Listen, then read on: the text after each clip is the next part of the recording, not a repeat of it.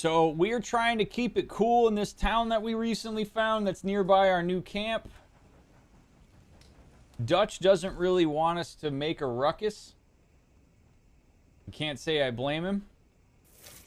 Apparently there are 2 warring families in this town. And we're trying to, like, figure out how to navigate it. Like, their relationships and stuff, so...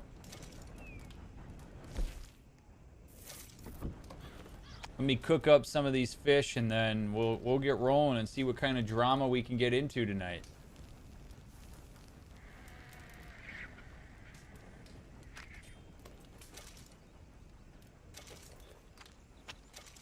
The Greys and the Braithwaites, that's right. We haven't really met them, so the last stream we had was hilarious. And we got, oh, that's right, we got a ton of fish to cook. This is good. This is a good way to start. Let's gather around the campfire. Cook ourselves some fish.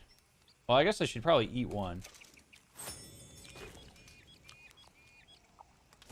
Delicious. Plain game. Let's go. We're gonna be fully stocked, baby. Yeah, the guy hitting his head on the bar last stream was just so perfect. Women in the camp have been arguing. That's true. There's just, everybody's on edge right now. We don't know what we're doing. We don't know whether we're sitting down. We don't know whether we are going to keep moving. We can't quite figure out where Dutch is with everything, and everybody kind of lives and dies by what Dutch wants to do. So there's just a lot of ambiguity. Ambiguity doesn't really work well for humans, especially humans in groups. So hopefully we can get it all figured out.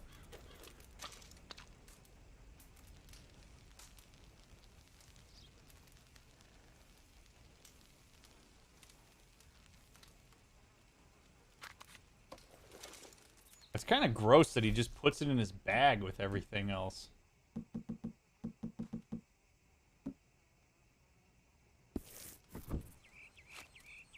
All right, let's put the fire out.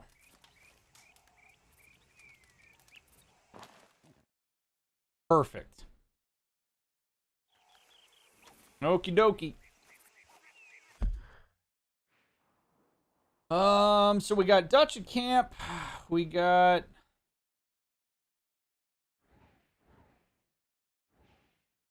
the Greys. We can learn a little bit more about them if we want.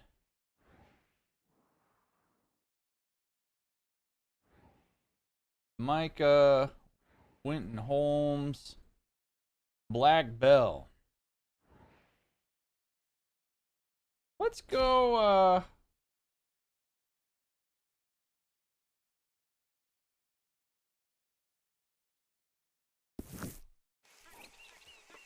Boy, I don't know what I want to do here.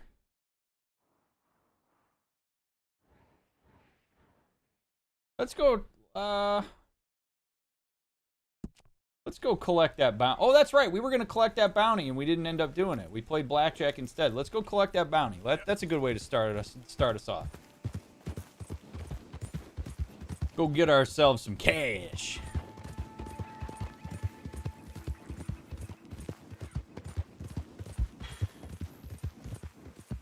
Oh, what do we got here? Howdy, folks. What the?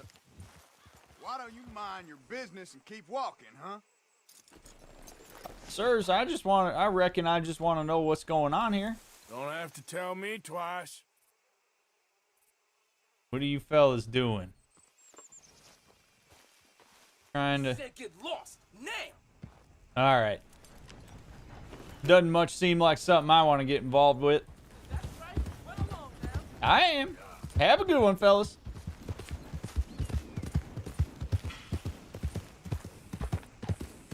You gotta look at their pictures? Alright. Yeah, I'll do that. Howdy, partner. We good on audio, by the way? Sounds good on my end, but... Now, the blackjack... You don't want to watch the blackjack, Jag, because I lost my ass. It It was a bad night for blackjack. So if you want to see me get my ass handed to me. All right, here we are. Lovely roads. Lovely dusty roads.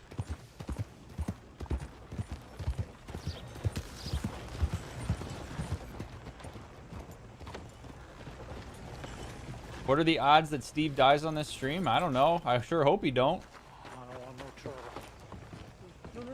No, please don't go, please don't go. No. Wait, what? What the hell?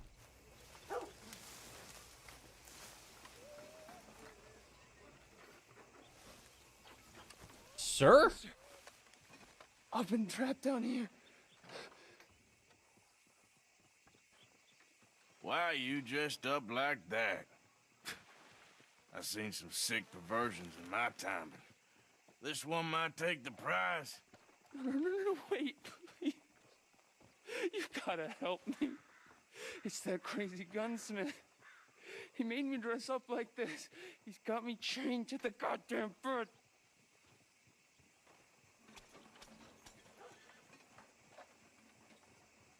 Oh, You gotta do something, please. He's never gonna let me go.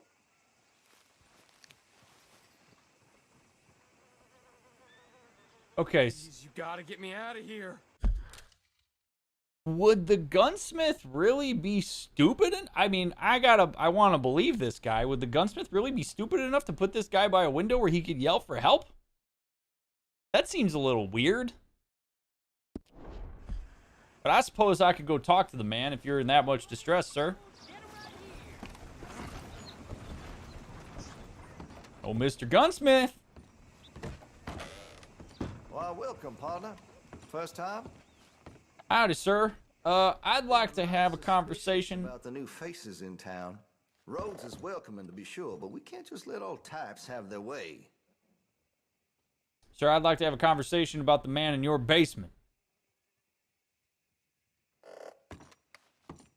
You don't mind, I'm going to have a look around. Hey, that area's for me only. Don't worry about it. He's got the don't tread on me flag. Oh boy, we're off to a good start. All right. Okay, just watch yourself in here. Yes, sir. I'm just browsing for some ammunition. Like to see what kind of fine ammo you do stock here. I'll buy myself some pistol cartridges to be relatively unassuming. And then, sir, I might need to take a look downstairs if you don't mind. There's a man down there who seems quite distressed. Hey, no customers over there. What are you gonna do about it, sir? Watch yourself in my shop. What, you just gonna yell no at me and that's good enough? You think that ever was a good enough bounce? You. I'm just checking on some stuff. Don't mind me. Come on, get out of here. I'm OSHA. I'm just doing this is a casual course of inspection.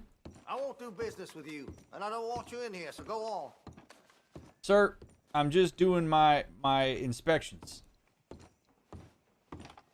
It would seem to me that none of your doors are readily openable. Leave now or regret it for the rest of your short life. Thus, I will be leaving. Relax, friend. Perhaps this fine fellow has an idea of how I may assist him. I'm telling you the truth. He's got me chained up. Well, brother, I don't know what I'm supposed to do. I'm not about to throw dynamite on the side of this building on account of I almost killed my horse last time. He's sick in the head. But I also don't want to just shoot this guy. I can't be doing this vigilante justice shit. Why don't I report this to the sheriff? Hello, come on in. Sir, it seems to me we have a conundrum.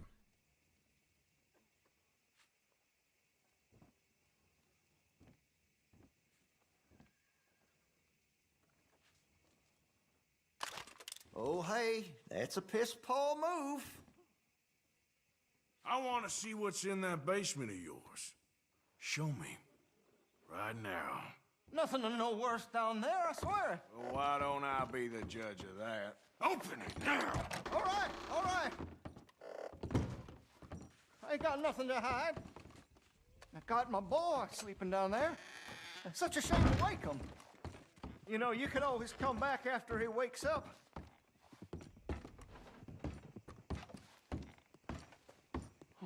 You just stay away from me.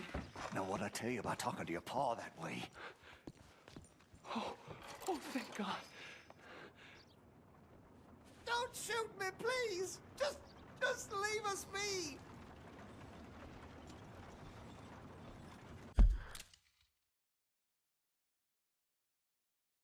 The fear in that kid's voice when his father came downstairs while I was not visible to him is reason enough for me to believe that what he's telling me is the truth. Like, you could hear it. That's ew. Just what the hell is going on here? He was being a bad little boy, stealing candy from the store again. It's for his own good. I'm not your little boy, you mad son of a bitch! Why are you wearing that sailor suit? That crazy maniac put me in it! He thinks I'm his kid's son! Kidnapped me, he did! Do I look like a kid? Always in such a rush to grow up these days, aren't they?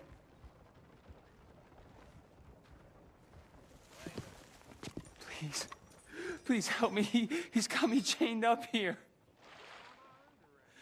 Don't take him away from me. He's all I got. Okay.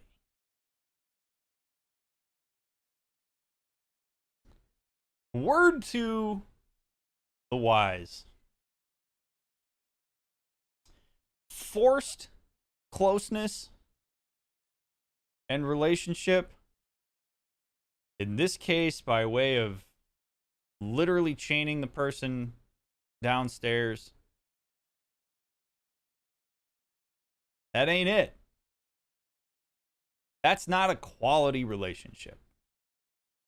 If this man is that desperate for connection in his life, if he's having that hard of a time with the fact that his son has grown into an adult, act like a person who your adult son would want to interact with. There are way too many people that don't understand this concept. That you can facilitate closeness with people you want to be close to by acting respectfully, by acknowledging autonomy, by being a person that others would want to spend time with. Forcing it is only going to drive people away. If you are so threatened by people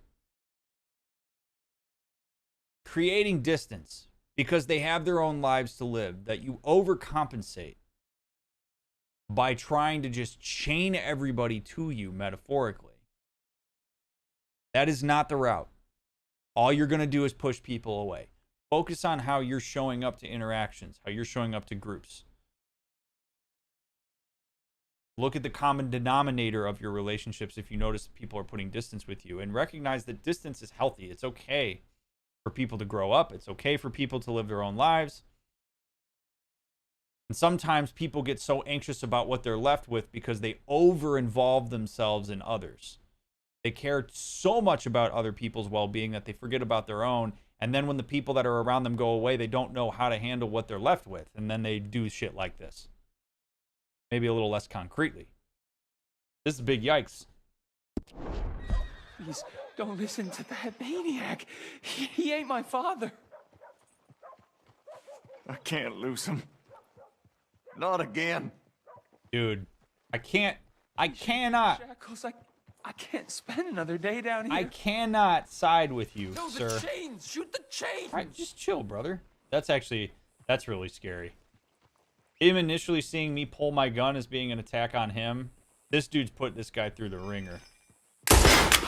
Oh, finally. Thank you. Thank you. Oh, you sick I'm sorry. son of a- Please forgive me. I know it was wrong. I just couldn't face that he was gone.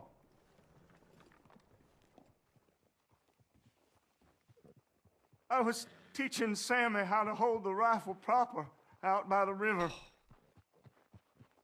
The recoil shot him backwards. He slipped into the river. The water pulled him downstream so quick. It all happened so fast, I didn't know what to do. I searched up and down that riverbank for days. But I couldn't find my boy. I just miss him so much. And you remind me of him. You look just like him. I'm so sorry. Please forgive me. It's too late for apologies. You just count yourself lucky that I don't kill you for what you did. Don't know what else you want from me. Take what you want. I don't care anymore.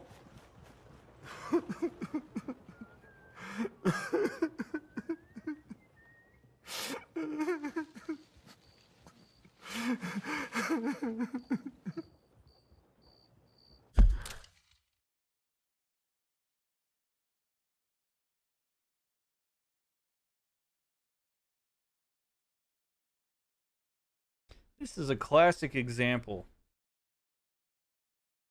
of how you can empathize deeply with a person's pain and still hold them accountable for their actions, for how they responded to that pain. Losing a child, particularly when there's a really good chance that it was your fault,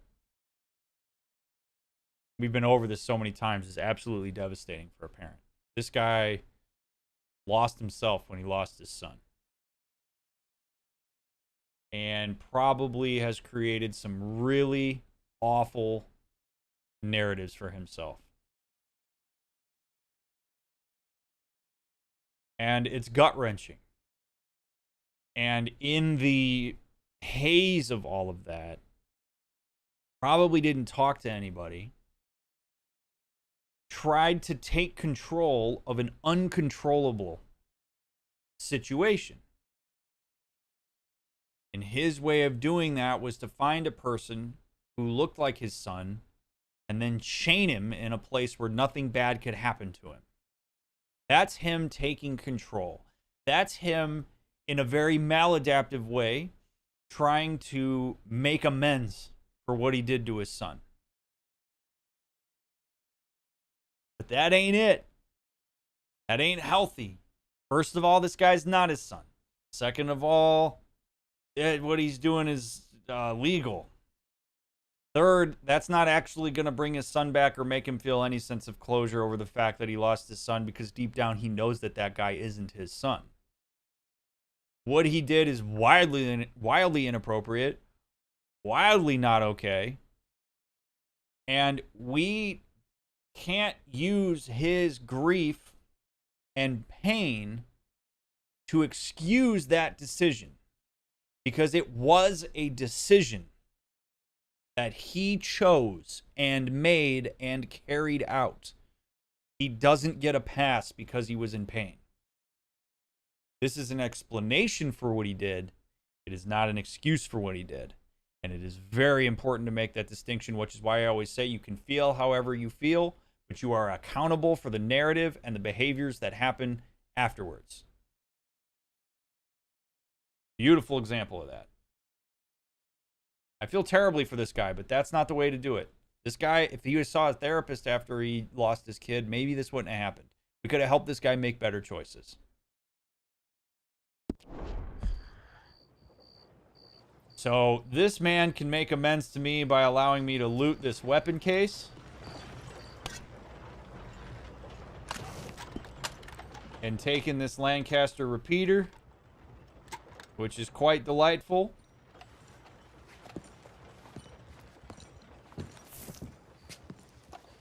If you've lost everything, then assuredly this gun won't mean much to you.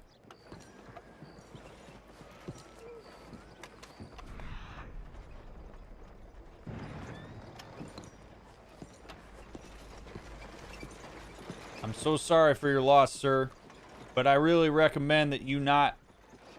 Here's what you should be seeking somebody to talk to instead of kidnapping folks that look like your son. What happened was an accident, sir. For so long as you overly take control in an abstract kind of way, you're going to be in immense amount of pain because you were overestimating the amount of control you had in that situation, sir. Accidents happen. Unfortunately, your child was a bystander of the consequence of that action. But I do hope you can bring yourself to forgive yourself for the fact that that happened and lead yourself a better life and make some better decisions going forward. I hope I never have to see this again, sir. And if you need a few bucks in order to see a psychotherapist, I'd be happy to oblige. Now, you have a wonderful day without this weapon in your possession.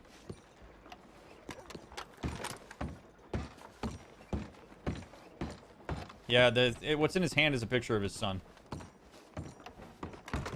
Probably not, Sloppy. I will also be taking some cash out of your cash register, even though I just offered to pay for some stuff. Thank you. Okie dokie.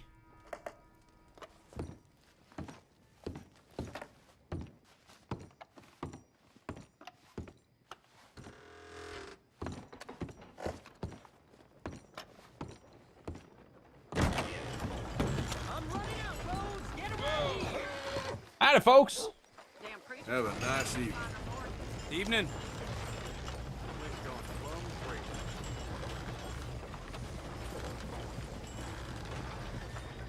Beautiful evening tonight.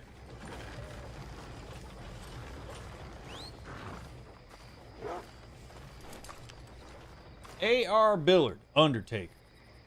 Ooh. Sir?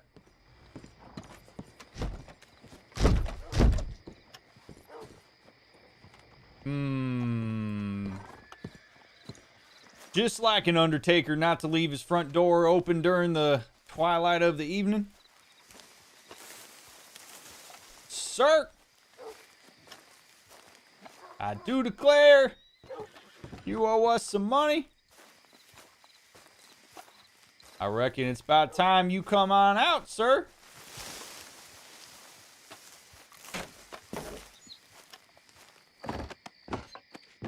Or I will find my way in.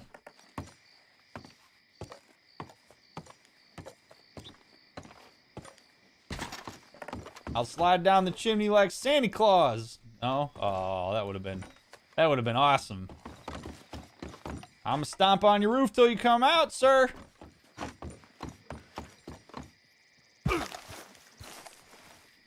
Not at all, Doris. I don't care about honor at all. I just make whatever decisions I make. People will decide whether they like it or not. Yep. All right. I'm a reckon I gotta come back here in the morning. I'm gonna find me a nice place to stay for the evening. No vacancy. Well, shoot. Hey, out of the way. I'm on a tight schedule. Calm down. I always knew you were fooling.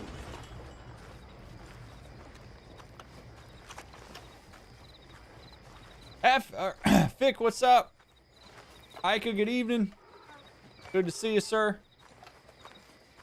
All right, Dutch is at the sheriff's. I reckon maybe we just have a nice little chat.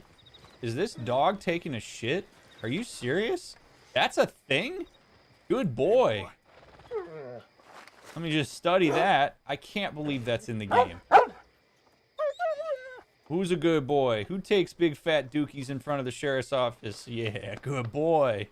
Good boy. You show that law enforcement what you think of them, boy.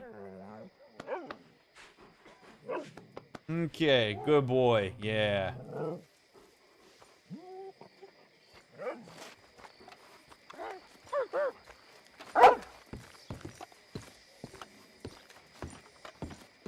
Of course, of course. Oh, and here is my dear friend, Arthur Callahan. Boy What's up, is Hoagie? a hunter. Boy is a killer. Arthur, you've met but not been introduced to Mr. Oh, I'm so sorry, Sheriff Gray. How are you doing, sir? I'm fine. Tough business you boys had. We did? Oh, there's no need to pretend with me, sir. Life can be tough. So it can. And no man owes another anything. No, sir. But still, I feel you were hard done by. Losing your drunk? employment like that. But still, here in Rhodes, we have work enough for honest men. Ah, that's some strong stuff. Still, don't seem to be doing you any harm, I guess. Exactly. Whoa. Excuse me a moment.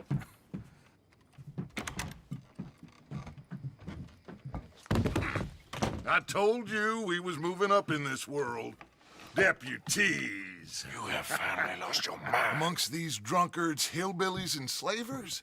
Good, honest thieves like us. We're bound to be moralizers in a place like this. Oh, Sheriff Gray, you are back. Now listen, sir. There is shine in them woods, though, and it is costing this county its good name and the state a whole lot of income. You boys wouldn't mind rooting it out. Maybe we'll make you permanent. I gotta set me down a second. Not a problem, sir. Not a problem at all. You are in safe hands now. And people waste time with the temperance movement. Liquor never dulled a good man's senses. Arthur, you ride with the deputy. Bill and I will follow. Climb on up. Let's go. Boy, Dutch is a walking contradiction, isn't he? Honest thieves like us, bringing morality to this place. Just, I can't, I don't do well with people who contradict themselves that readily in the language they use. I just don't. I mean, I know so many people, like in comments and stuff, have talked about like how hard I am on Dutch, and that I have an aversion to him because you can see right through his bravado. Like I mean, he's so hard to like when he's talking out of both sides of his mouth at every single moment. Also, Mona, it's a possible explanation. It's not necessarily the case for everybody, but that's also not really my wheelhouse. I mean, it's just all grandiosity, man. It's all show. Come on, we need to get moving. Yes, sir. Happy to do so. Take us there, boys. Archibald? How are you? Pretty good. And your friend is behaving himself? Oh, yes. I think he's learned his lesson. Congratulations on becoming a temporarily deputized citizen of Scarlet Meadows County. Most towns just get bounty hunters to do their dirty work these days, but Sheriff Gray believes the law should keep the law. Now, I'm sure I don't need to remind you, there's a chain of command here. There is? Dang straight there is. This is a dangerous business, but follow my lead and you'll be just fine. Sure. Hey! Archibald wants to remind us he's in charge here. Of course. Who else would be? You were a big help with them Anderson boys, and I put in a very good word with the sheriff on your behalf. We appreciate that. We rounded up the others soon after. I'm pushing for the rope myself, but that's by the by. So, these moonshiners. Not just any moonshiners, Braithwaites. I told you about the Braithwaites. Pretty sure you did. Old Cotton family had a fortune at one point until, well, a few changes in the labor laws. Now they're dealing in moonshine. We found their stills hidden all over Lemoyne. Quick as we destroy one, another one pops up. You could call it a pitiful fall from grace, if they had any grace to start with. I have no time for tax dodgers.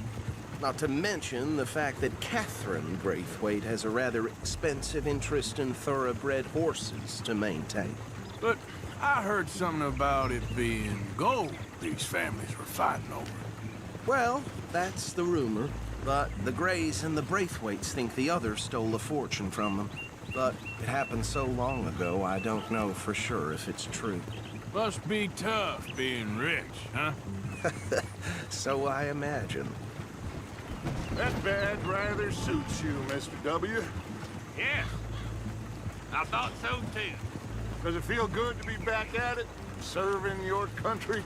I wouldn't go that far.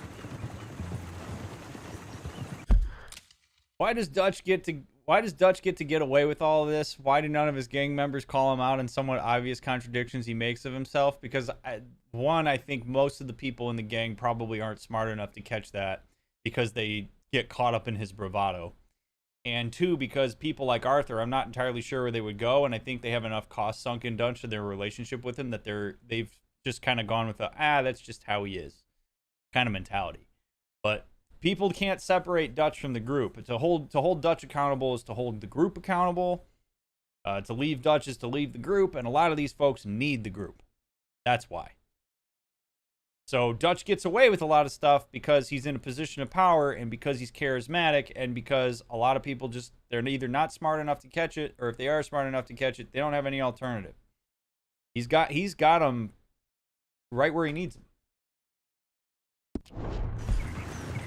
Whoa! Whoa! And that certainly could be the case, Nicky. You see that wagon?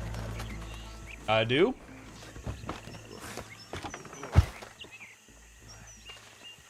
What have we here?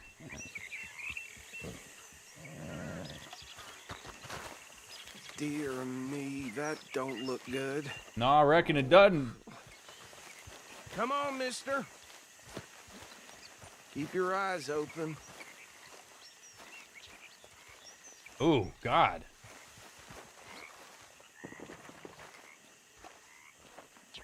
No, this must have happened recently. Oh. That dude is blue as can be. Are we sure this happened recently? This doesn't look quite recent for me, sir. Look, suit and tie, one bullet clean through the forehead. Well, my money says this is the handiwork of a gang called the Lemoyne Raiders. Yeah, I've run into them. Let's see if we've got any identification. Okay. We should get going. I'll send someone over here later to clean this up.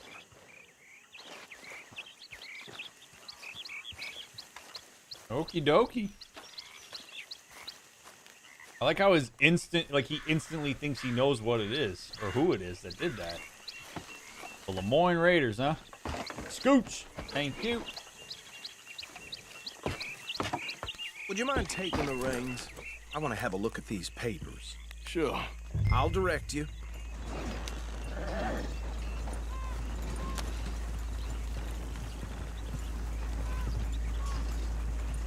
Okay.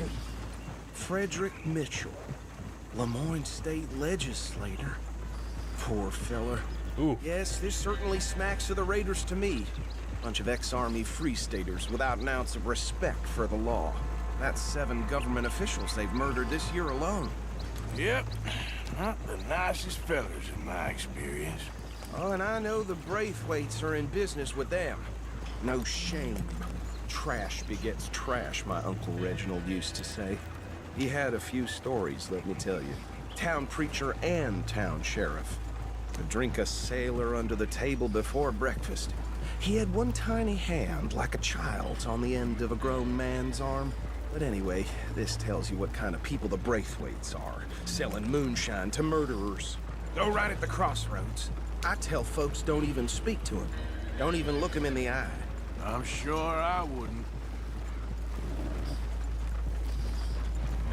So so this is really interesting because I get a sense that the Lemoynes, from what I can gather, the Lemoynes are generally Confederate soldiers from the Civil War.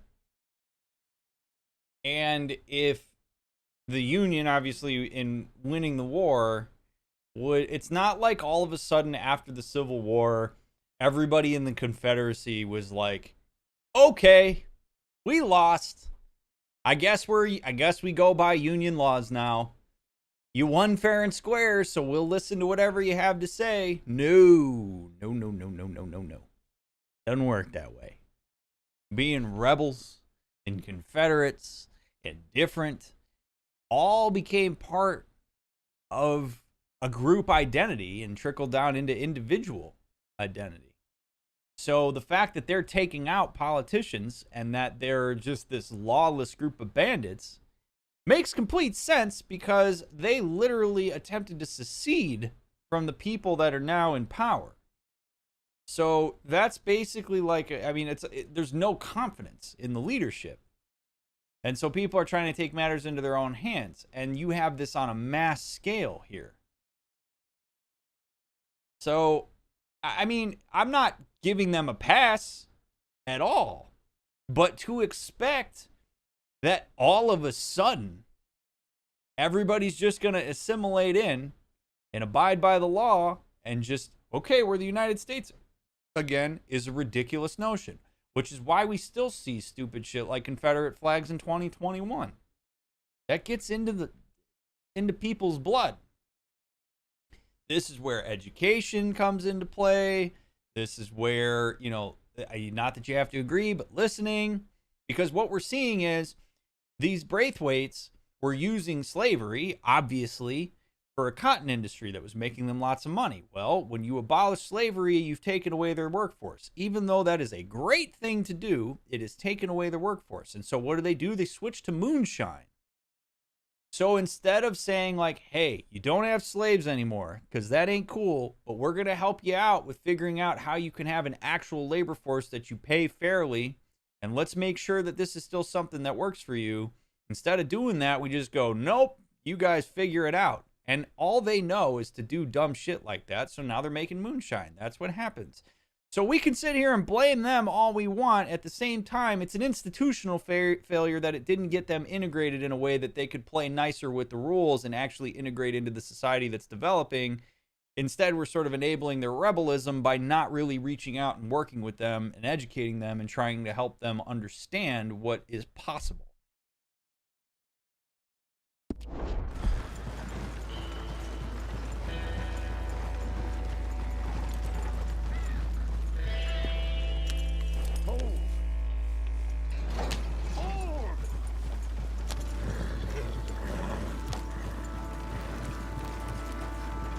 This game's outrageously beautiful. I know I say that every stream, but look, I mean, come on now. Bear right again here.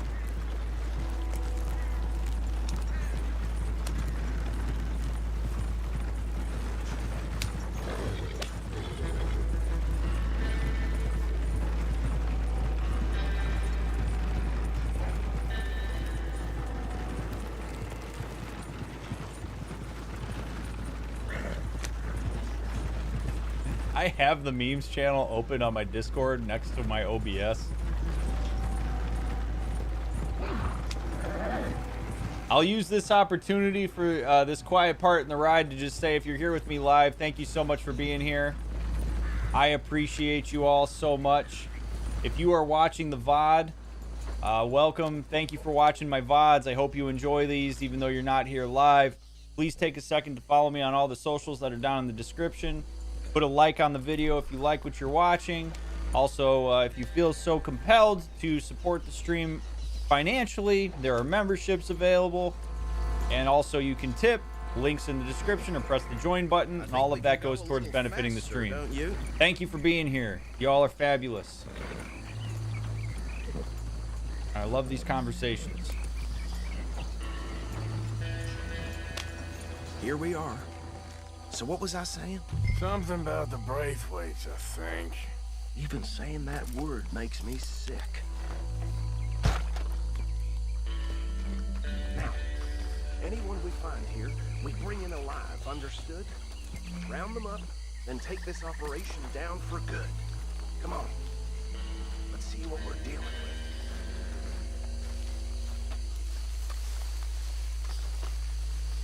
Yeah, links will do it, Ellie. It's also on a timer.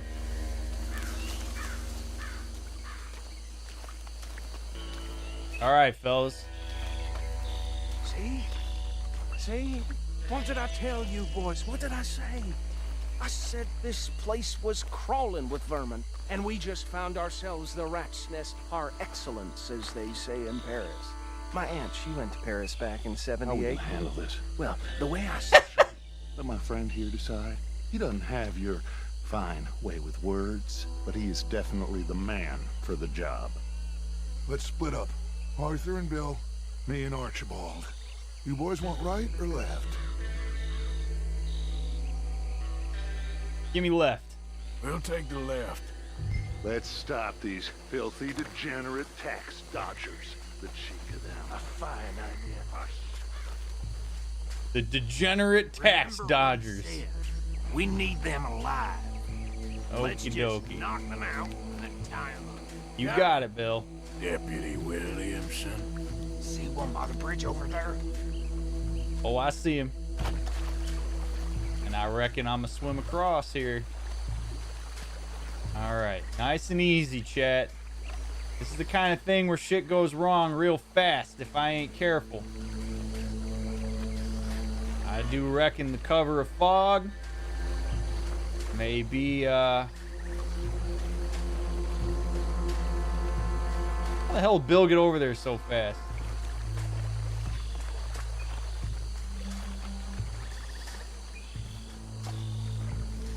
Well, Bill, if you're already here, you might as well take him out, brother. What's wrong? Get here. I'll tie this bastard up. I think there's another one by the still. Yep. Get your ass out of my way, Bill.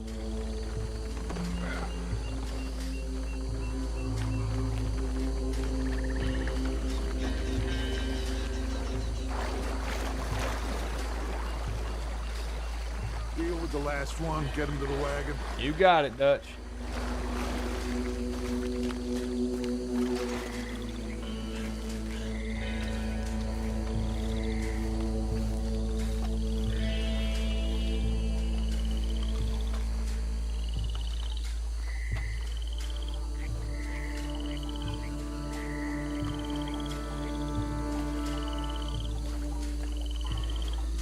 Yeah, just enjoy some of that moonshine, sir. I'm gonna take your ass down.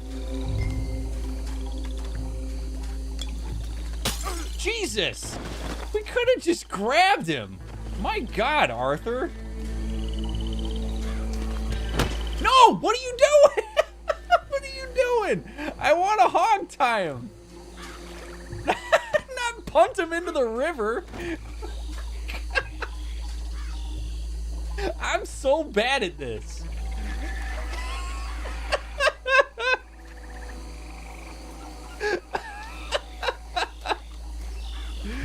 Oh, whoopsie daisy.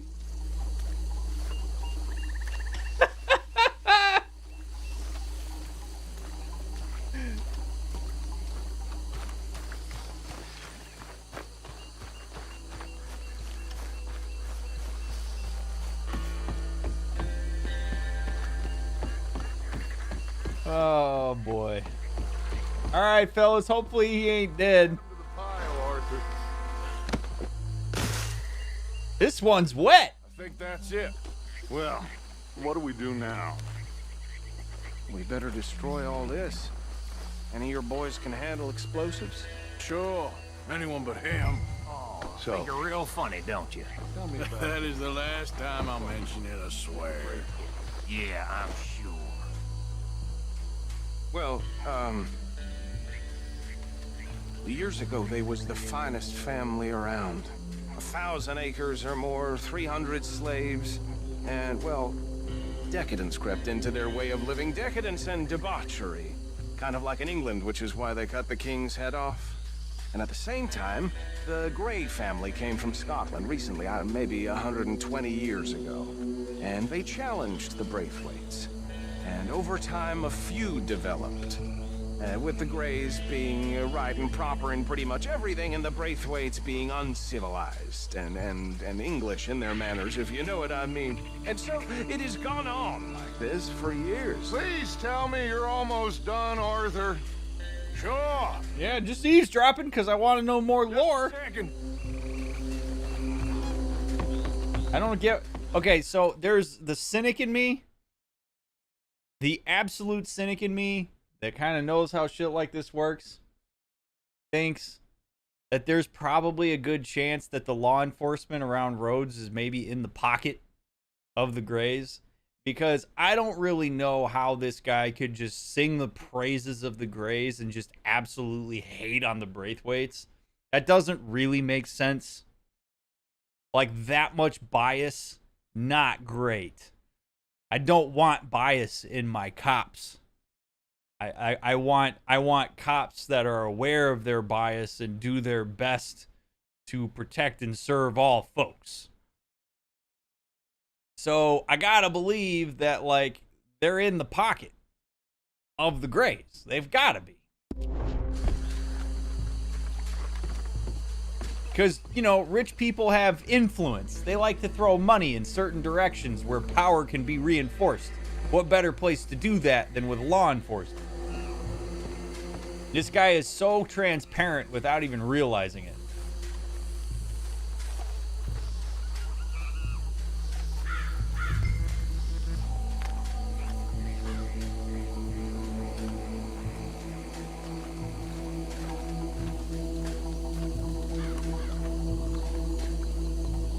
His name is Sheriff Gray. Do I know that? Did I just miss that? I hope y'all aren't spoiling that for me, because if you're spoiling that for me, I'm going to be real pissed. But if that's something that I already know, then I'm fine with that.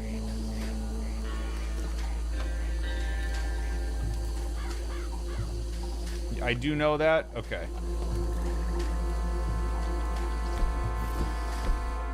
Alright, then we're cool.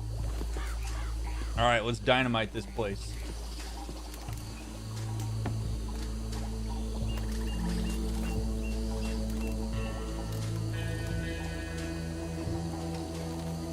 Oh, gee! Go! Oh! That belongs to the Lemoyne Raiders, you sons of bitches! Arthur, we got some trouble here! Oh, shit. Good thing I got me a Lancaster repeater. Oh, God! Howdy, fellas. God damn it!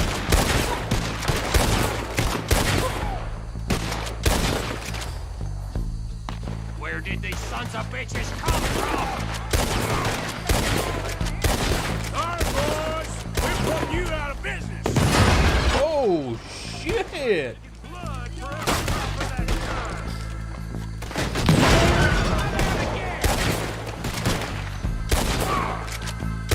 What the hell are these guys? What the hell is all of this?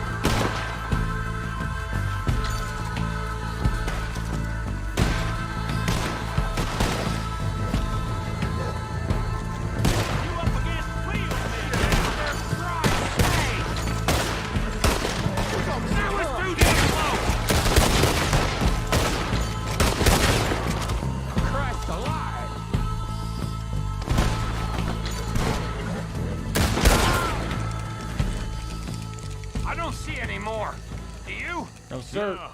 Let's find Dutch and get out of here. Fine by me. Are we getting out of here then? Yeah, Bill, I'm gonna loot the shit out of these guys, and then we're gonna get out of here, because there's a lot of good stuff on them. Thank you, DL.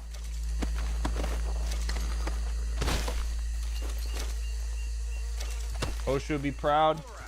I'll see All right, Bill. I'll catch you. I just want to... I reckon some extra cash for the camp is not a bad idea.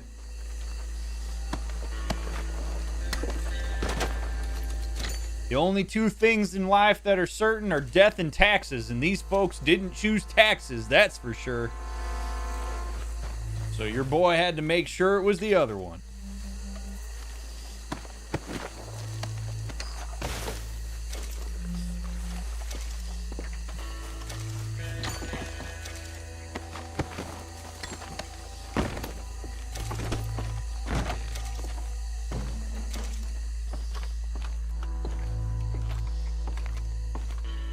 Yeah, this building is most certainly not up to code.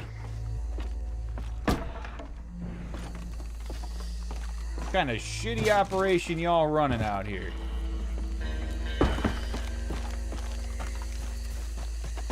Got any good shit on your wagon? Some explosives on the wagon.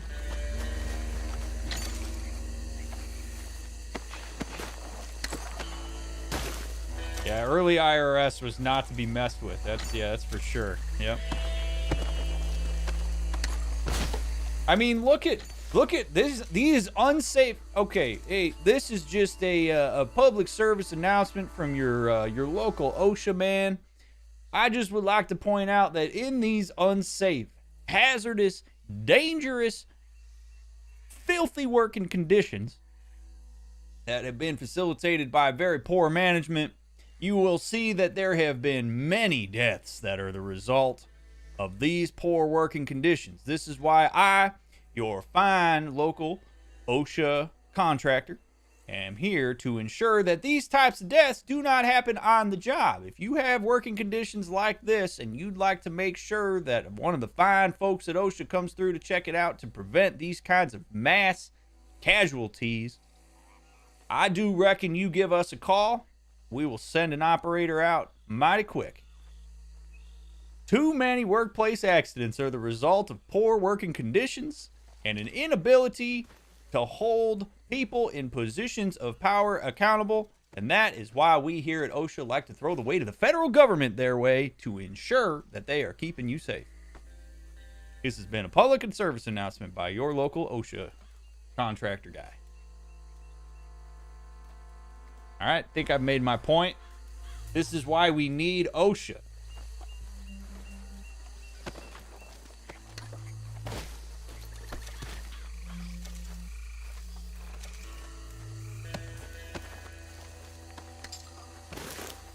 Okay.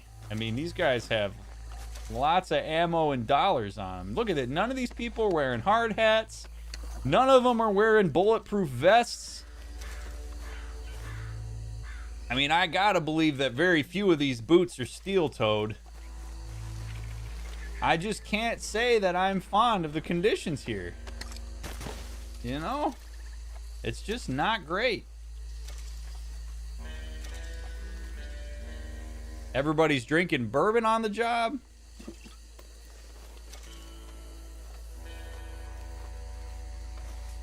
What's up, Pancake? All right, let's get back to the boys, huh?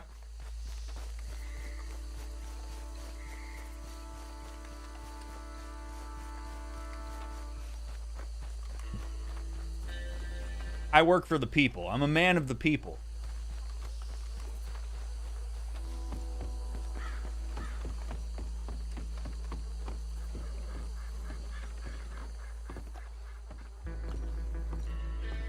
Well done. Well, forgive me, but me and my men must return to our lives. Seems like we failed to destroy the last of the moonshine. Sure. Would you like us to? Well, I normally take it for personal consumption. It's sort of part of the job.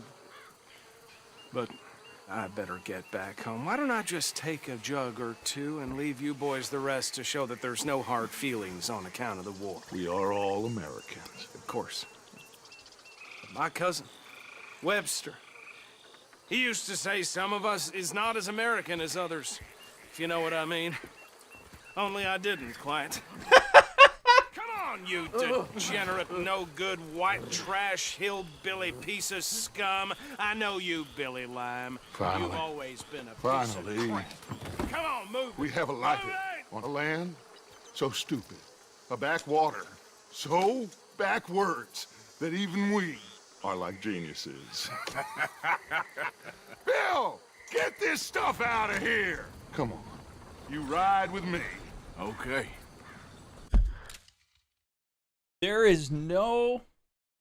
Well, there are a few better ways to get people to think that you're on the straight and narrow when you aren't actually on the straight and narrow than to completely demonize people who are overtly not on the straight and narrow. So this police officer is using his power to do two things. First and foremost, he's using it to hold down and create a narrative that the people that are creating the moonshine are degenerate, redneck idiots. Which then you would look at that and go, well, look at that. That fine officer of the law most certainly couldn't be consuming that moonshine himself. That'd be hypocritical. And because I've been trained to trust all authority, it couldn't possibly be that that man is corrupt as shit and drinking all the moonshine and is really no different. And so it's really interesting. I think it's a really nice touch that Rockstar had the "we're all Americans" put in there, because that guy's trying to separate and differentiate himself from these other people. And I bet you really the only two things that separate those two groups, that guy from those guys, is money and status. That's it. And he's leveraging that for his own gain, which is really unfortunate and really shitty.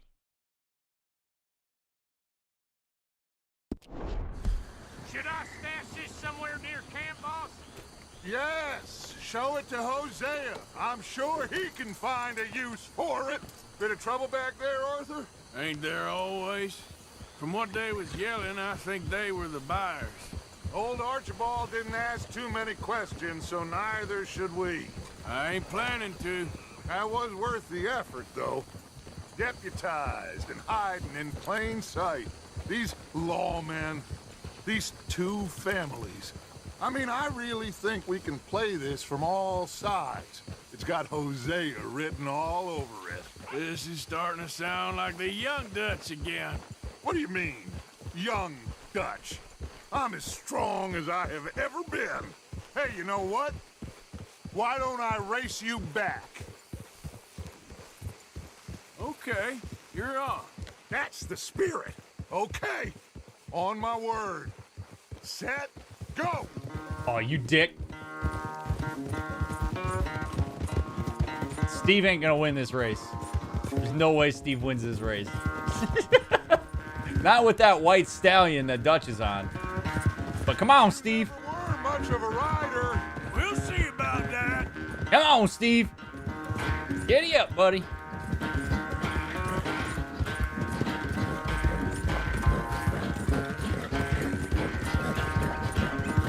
Yeah! Come on, Steve. Giddy up.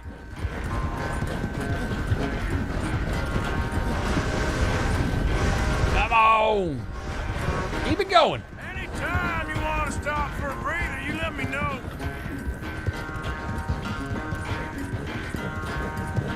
Oh no, I missed the turn. No! Come on, Steve. Come on, Steve. Oh!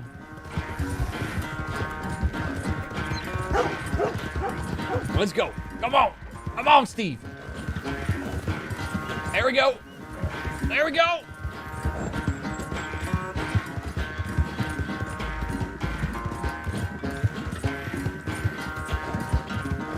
Final stretch. You really think you can hold that lead? No doubt. Yeah. Oh, Steve, why did I not believe in you, brother? Come on, baby. Come on, baby.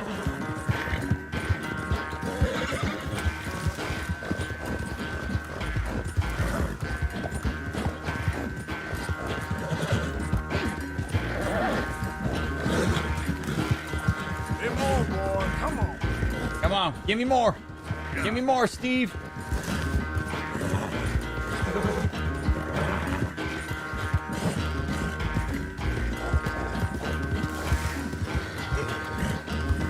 Good shit.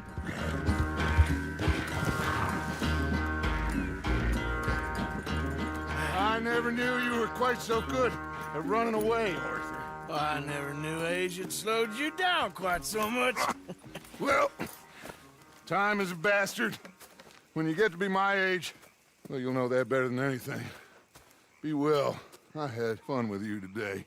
I was gonna say you're like a son to me. But you're more than that.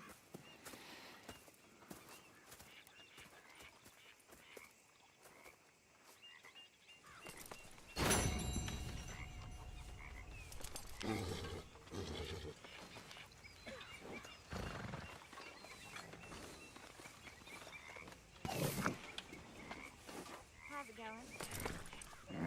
Well. Good for you. I'm in bed. I don't really know what that's supposed to mean. You're more than a son to me? I mean, You're more than a son to me. Well, okay. I could make a leap here, but this is one of those leaps where it's kind of like you gotta like reserve. You gotta take this with a grain of salt.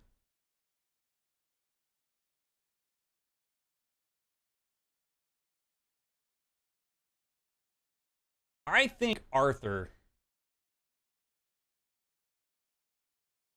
is closer to who Dutch thinks he is.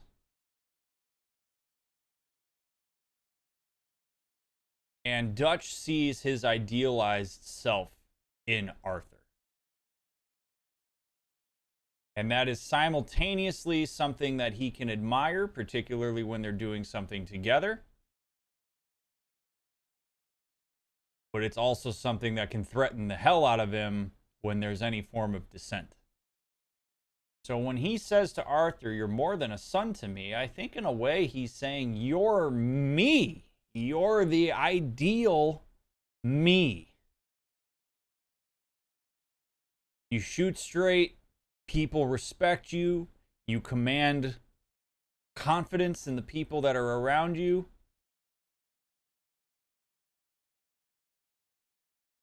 You embrace the I'm not a good person mentality.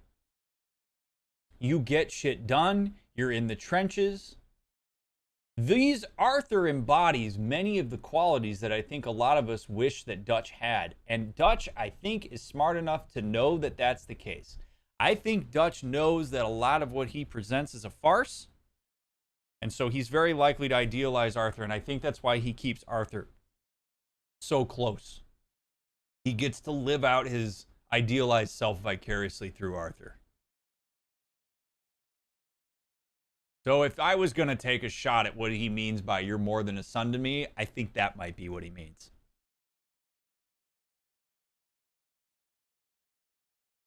How's it going? Oh, I've had better days. I'm weak and tired. Well, I suppose I should get moving.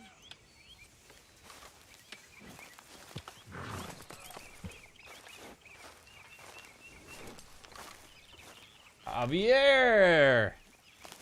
Let's go fishing. What are you doing? Going fishing. The rivers around here, famous for the smallmouth bass. Fella I met showed me a couple spots. You want to join me? I can't fish with you. You're far too good. Oh, come on, come on. Hey, join me. I'll show you a couple of my tricks.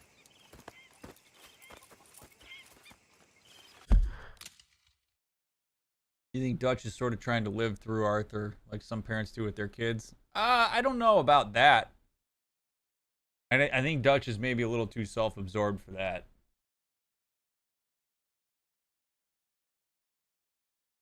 And I don't know, Sully, probably. That's an interesting comment by Arthur.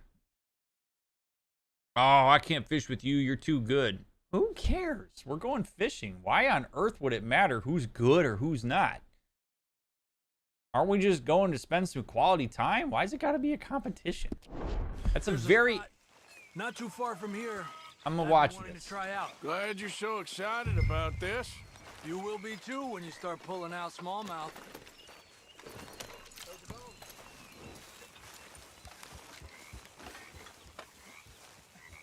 Let's get going. Let me brush my horse real quick, get them all fed.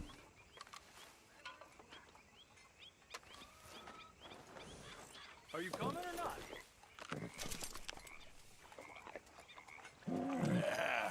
There, boy. Okay, follow me. I thought you said it wasn't far. Too far to walk, though. Yeah, come on. I'm coming.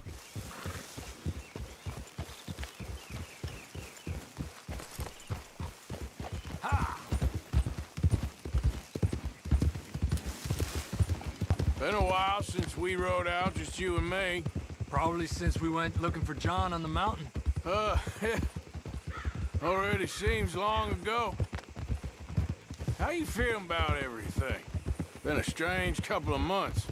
Hey, you know, I can't even return to my country because the price on my head is so big. This is nothing exactly new to me. And I'll always be loyal to Dutch. He sees the world the same as I do. If we have to fight, we'll fight. If we have to run, we'll run. If we must die, we'll die, but we'll stay free. Boom. That right there, Javier's speech right there, unconditional loyalty. I'm with Dutch no matter what. Dutch has managed to get Javier into a space where there's probably nothing he's going to do that Javier ain't going to follow him on. I think that's a lot of what Dutch needs. Dutch needs folks who are not critical, who do not put conditions on the group or on him, because then he has their unconditional loyalty and can kind of take them wherever he needs to take them. As I've said many times on this stream, the healthiest relationships have conditions.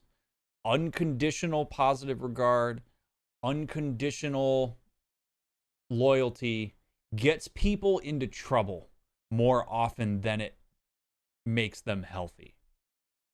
You should have standards. You should recognize the ways in which other people, particularly people in positions of leadership, have values that are different than your own. Arthur, I think, is a little bit more willing to go there. And I think that's why Dutch makes these moves on Arthur, like saying, you're more than me, more to me than a son. He's leveraging the nature of their relationship to try to create unconditional loyalty from Arthur, even though he kind of seems to already have it. I have no doubt that if Dutch met me, Dr. Mick, he would not like me very much because of the way that I am having a critical eye on him, because I'm holding him to a set of conditions. That doesn't bode well for Dutch's leadership style. Even though I think in the long run, he would do well to hear the needs and the wants of the people in the group and understand the ways in which those personal differences are different than his own. That's a huge comment by Javier there. It gives us a ton of insight, not even just into what Javier needs from the group, but what Dutch needs from Javier.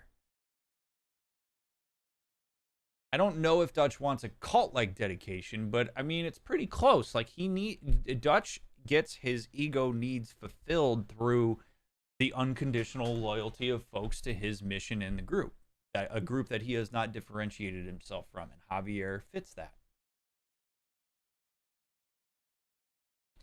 And genuine question, is Dutch a good guy? I hate questions like that because, when we throw people into boxes of this is a good guy, this is a bad guy, we sell everything short.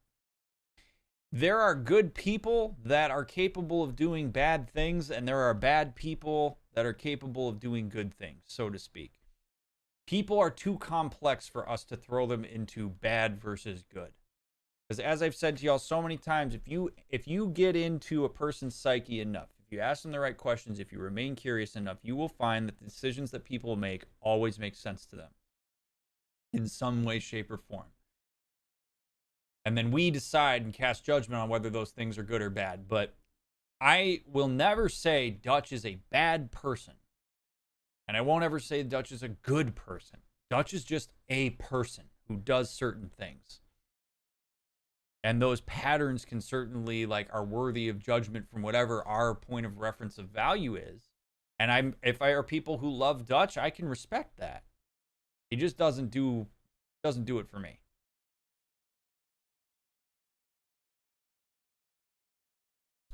What are your thoughts on the phrase charisma's a poison as it relates to Dutch? Charisma is only poisonous when it's used for nefarious reasons. Charisma can be leveraged in really good ways too. I would say that charisma is certainly not contagious. That's the wrong word. Charisma is definitely something that humans get excited about. We like confidence. So the human brain sees confidence in others and charisma as a reflection of survivability. Because if that person is so sure in their convictions, it probably means that they've gone through and filtered out the risk and mitigated all the variables they needed to mitigate in order to get as steadfast as they are on something. It's why people like to follow confident people. It's why people are attracted to confidence. People who are wishy-washy all over the place are timid. We equate that with danger and risk in a lot of ways, because we would look at that from a very deep evolutionary sense as a person who hasn't done a full assessment of the risks, a person who's a potential liability to the group, a person who's charismatic, even if they're brash in the wrong direction, is going to be alluring. It's going to rally people, because then they don't have to think for themselves. They can assume that that person has already thought it out for them and has their best interest in mind. And that's where charisma can be really problematic, when you are basically working against your constituents without them knowing it when they're following you. But there's a very real reason why we are attracted to charisma and why we find it charming and why we're drawn in and why people often say, I want to be more confident. Very interesting when you really get into it. Also, I'm glad to hear that, Rage. And Dutch, you don't feel like, well, that he's doing things a little differently now? You saw what happened with that girl on the ferry. No fight, good or bad, is won without blood. I know that better than most. I think too many people are focusing on Dutch when they should be looking at themselves, what they could have done better. Maybe you're right. Hey there, fella. I mean, there it is. Jesus, I could have let this... There it is. Arthur is questioning Dutch. Dutch knows that. Dutch leverages relationship to try to get him back. Javier is a really good person for me to go out with for Dutch, because Javier is like, nope, all good. Sometimes you got to shed blood. And Arthur's like, man, I don't know if we're doing this the way we should be doing it. Right there. That's a threat. Arthur is somebody that people respect. If he is in dissent to Dutch, I legitimately think that if him and Dutch got into a fight, it would really be bad for the group, because I think a lot more people would maybe go with Arthur than they think. Unless they've been pushed into this unconditional mindset like Javier has. With your current understanding of Dutch, how do you think he might react to be perceived disloyalty from one of his sons? He probably wouldn't like it. But he would probably try to charm them and use what he knows about them to leverage them back in. You know, like he very much went dad mode on Arthur there, right? Like, I had fun with you today, son. I'm proud of you, boy. He's only a couple years older than Arthur, but he very much leverages the fact that Arthur didn't have a father figure in his life. And that's going to be something that's going to draw Arthur in innately. He knows what he's doing. We'll cut through to the right here.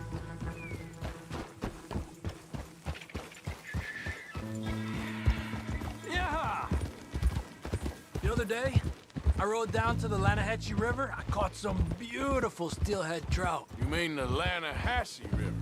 No.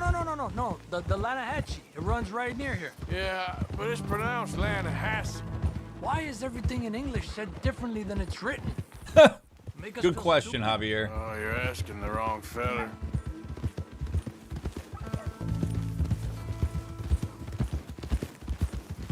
Okay, it's just down the hill here.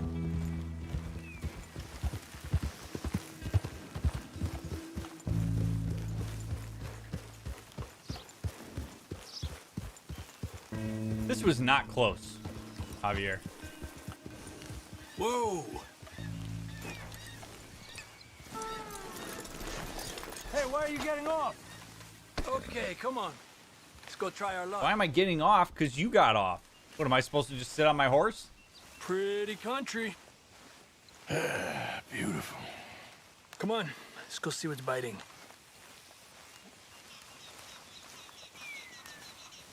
Where the hell's your rod and reel, Javier? Are you going to pull it out of that jean jacket of yours like Ron Burgundy did with his flute? You take this spot, Arthur. I'm going to cast from over to the right there, so we're not in each other's way. I really want to know where his fishing pole is going to come from. Javier? Watching you, brother. I need to know. Yeah, really not prepared. Yep, there it is. Javier is the Ron Burgundy of fishing. Confirmed.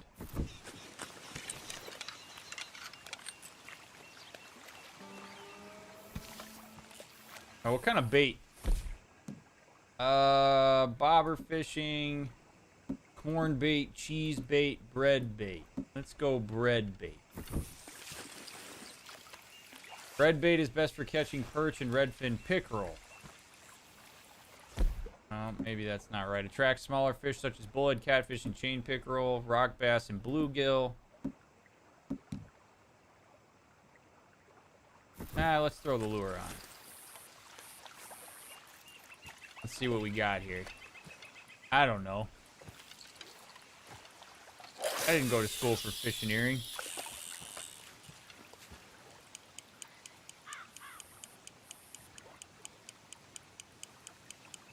Time of day really can make a difference.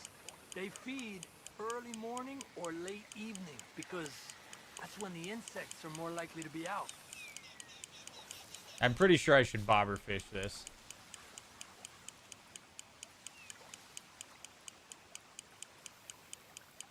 We're lucky we got such nice weather, but rain can be good.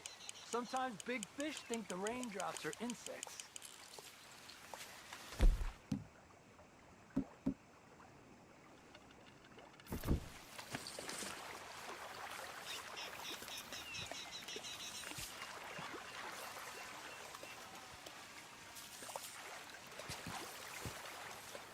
Oh wait, I was using the right one, I guess. Because that wasn't, it won't let me cast that. Or maybe, what the hell?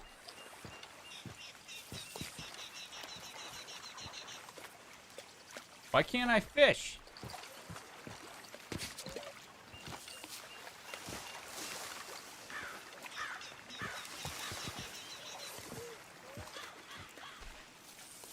Yo, is this glitched out? What the hell?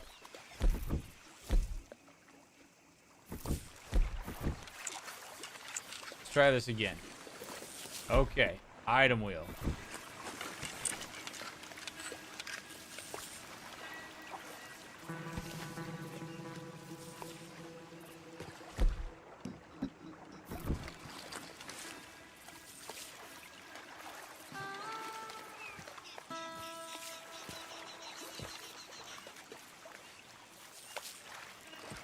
I'm doing everything I know how to do.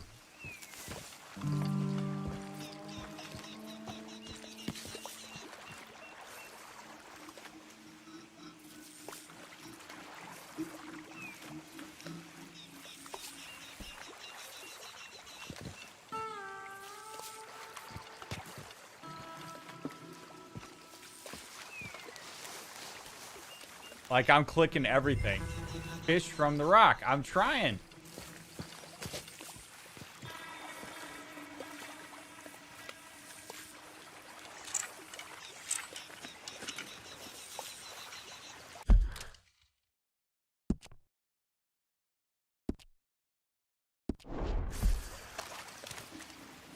How about I just do this? Where's your pole? You want everyone?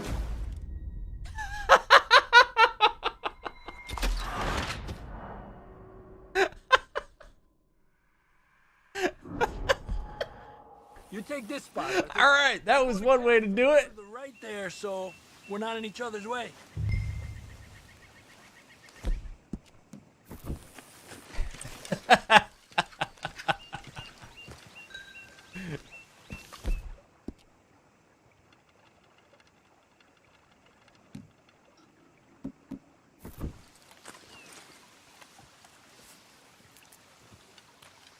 Kind of lame that I can't shoot the fish.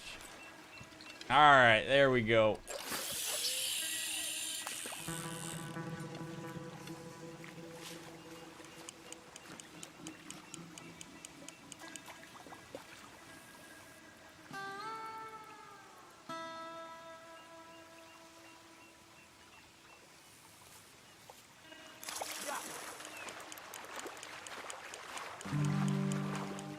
He's a fighter.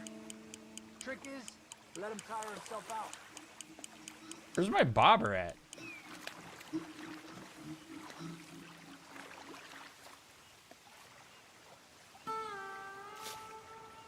Okay, let's try for another. Come on, give me a bite. They not like cheese?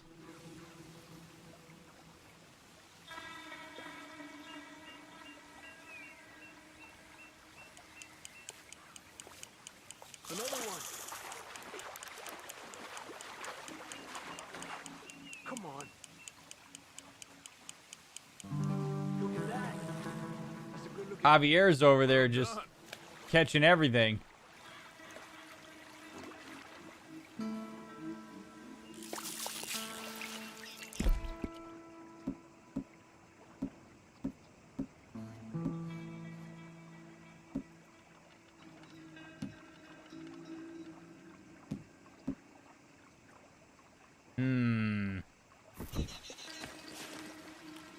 Yeah, dynamite would have been a good option.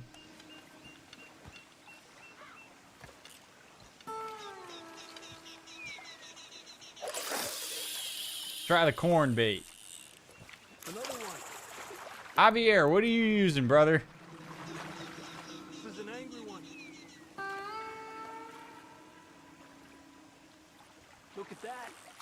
That's a good looking fish. Well done.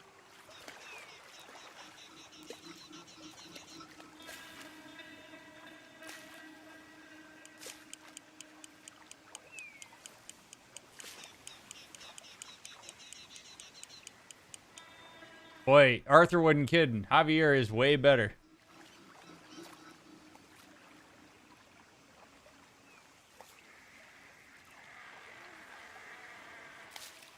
Another one. Come on. Look at that. That's a good looking fish. Well done. Javier is literally reeling these in. He's got a bobber on, so he's absolutely bobber fishing. Let's try bread. All right, so you don't like corn, you don't like cheese. Let's throw some bread on the line. Hey, this is fishing. Sometimes this happens, man. You don't catch. This is why they call it fish. My dad used to say when we went fishing when I was a kid, it's why they call it fishing, not catching.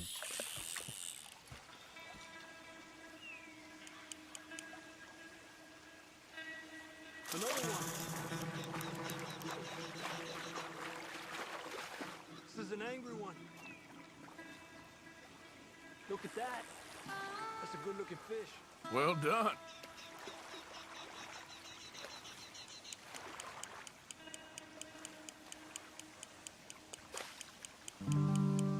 I was catching stuff on every cast when we were on the boat.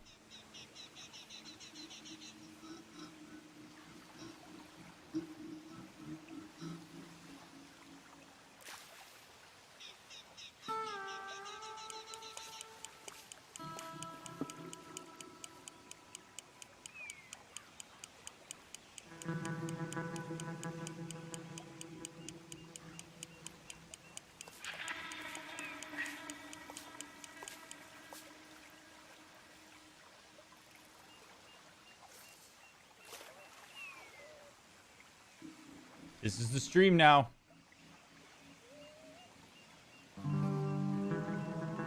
I'm literally about to just jump in the water and grab these assholes with my hands. Look at Javier. Come on. They don't like cheese. They don't like bread. That's a good-looking fish. Well done. I don't know what I'm supposed to do at this point.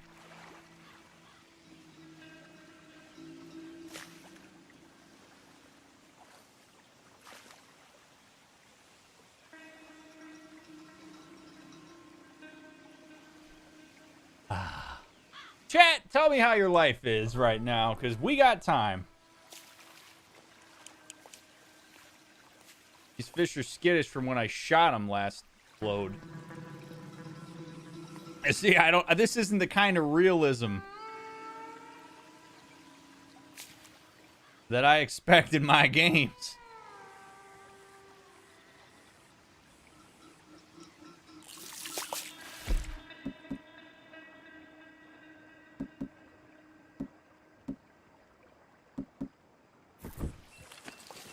I'm doing cheese one more time. Another one. This is an angry one. Look at that. That's a good-looking fish. Well done.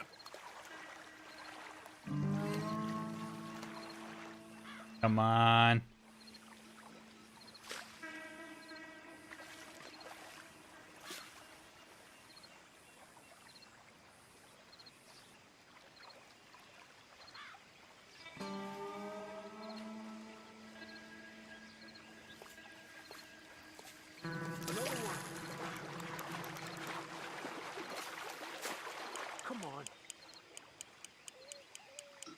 Look at that. That's a good-looking fish. Well done.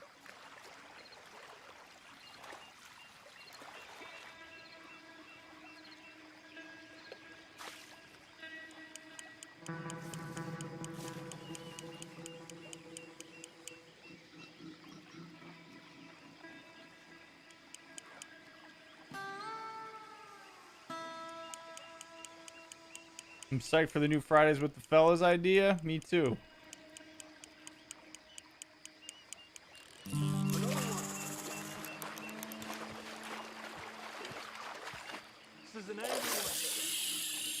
I mean, it's not going to matter because well done.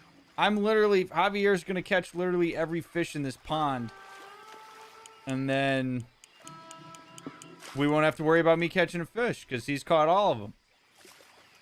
I think you need a full reset of this mission. Man.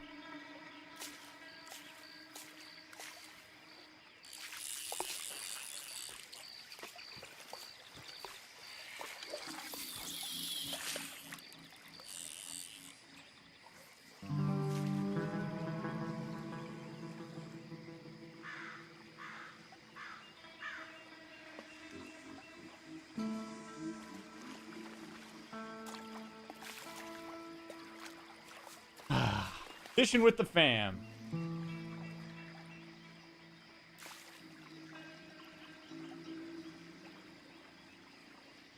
All right, chat, what do you think? Is it reset? Do I reset the mission?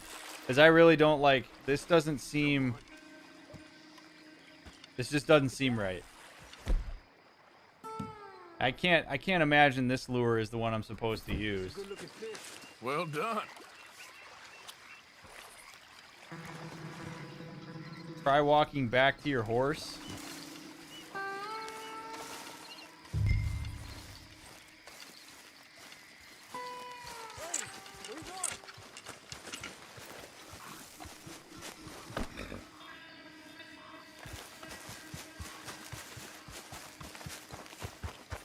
Don't give up. Well, Javier, I mean, I don't know what else I'm supposed to do, brother.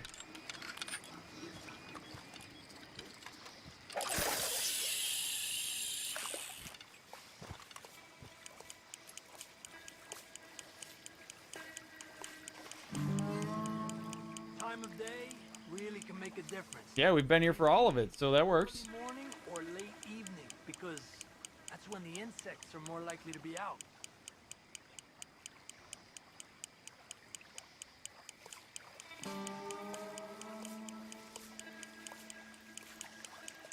We're lucky we got such nice weather. But rain can be good. Sometimes big fish think the raindrops are insects.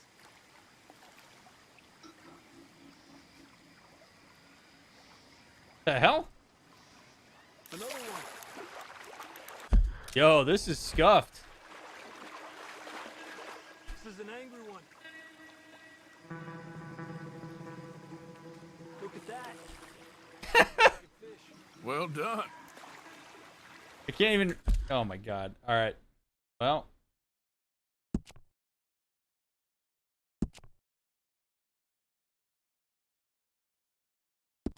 Oh, this sucks.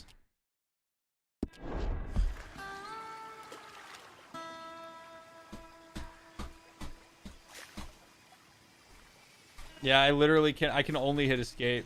Well, I guess Here we go. it's still relaxing even if I don't catch anything. Sort of like staring at the sky. It's your bait, I think. Come use some of mine. Oh, it's not the bait. It's me. I've always been a poor fisherman, especially compared with you and Jose. Just try some of mine. Here. Crickets. Thanks. Ew. Cricket bait at night.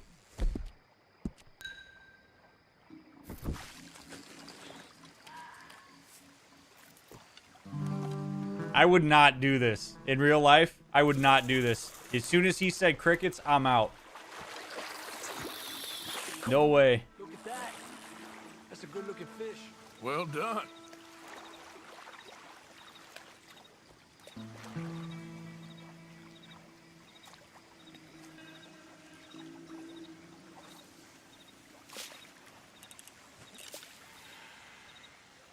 Ooh, I got a bite. I was thinking, you remember that stagecoach we held up in Nevada? Yeah. Nevada. It was a tip from that crooked lawman in Reno. We opened the door and it's full of women and children. Rich, but women and children. So we let it go and read in the newspaper that the O'Driscolls robbed and killed them all the next day further down the trail. Yep. You know, way back in the day, Home O'Driscoll and Dutch were sort of friends. Friends. Well, not friends, but they had an understanding. Then Combs Mean Street got meaner, and Dutch wanted to try to live a different way. And now, here we are.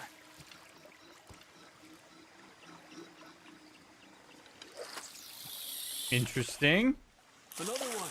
Arthur, I'd love it if you told me more about that. This is an angry one. Look at that. God! Good looking fish. Well done. I'm pulling too early, man. I'm getting too jumpy. I've heard people talk about huge smallmouth in Lake Owanjila, west of Strawberry, over in Big Valley. You'd need a lure to catch one that big, though. I just want to catch one of these, Javier.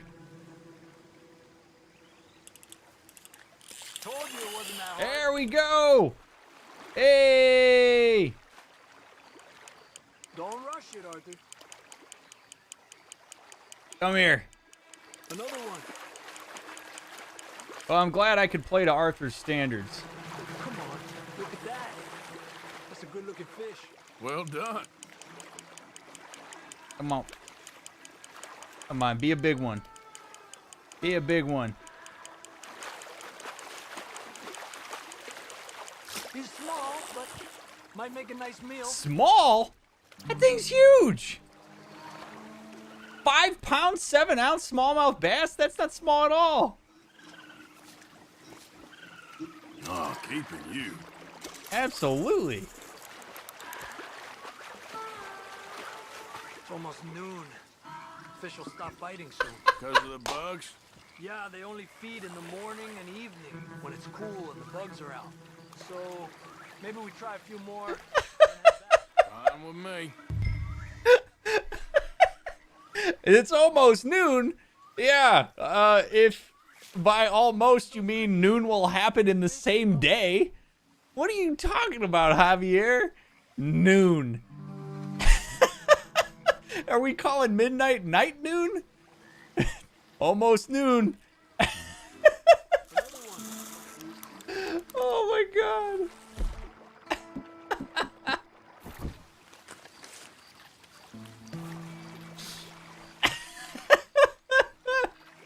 Oh, never was one for you can fish, but you sure can't tell time, Javier. I guess we all have our intelligences. Oh my god. I wasn't ready for that line. Another one. You're better than you let on. Hey.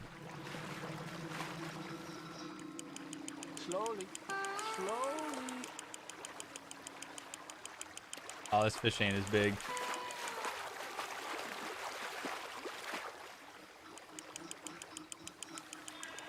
Javier just sees the world differently. Yeah, it's noon somewhere.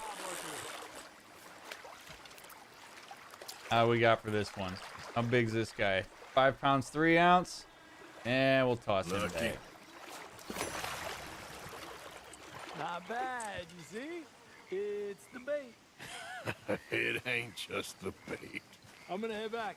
You wanna join me, or you keep trying for these bastards? I'm gonna go back with you, I'll sir. come. Okay, let's go. Since everybody's wondering where the hell we've been.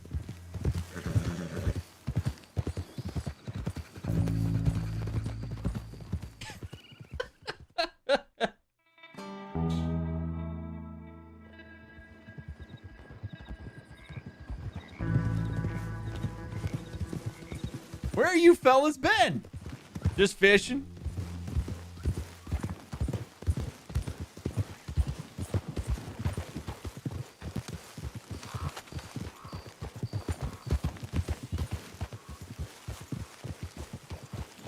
Whoa!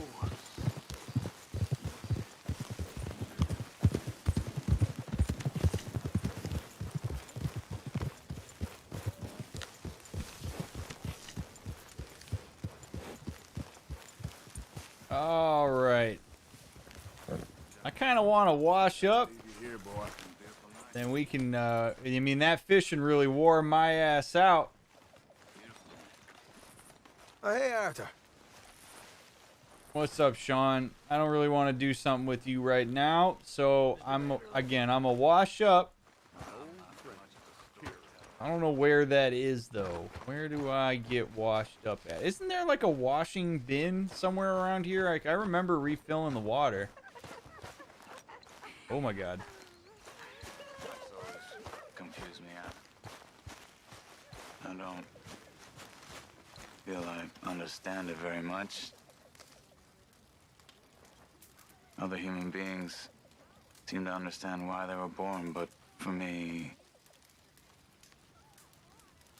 it seems like I was born to hurt and suffer myself.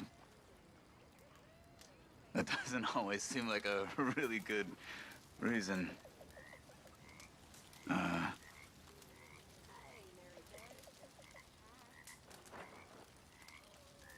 wish there was another way. But here in this land, I feel very stuck.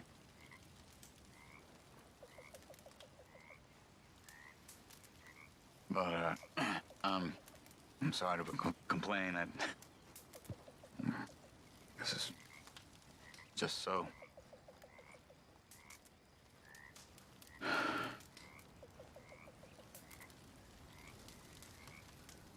Well, I need my beauty sleep. Nobody's gonna say anything? That dude just got so vulnerable, and everybody's sitting there going, ah!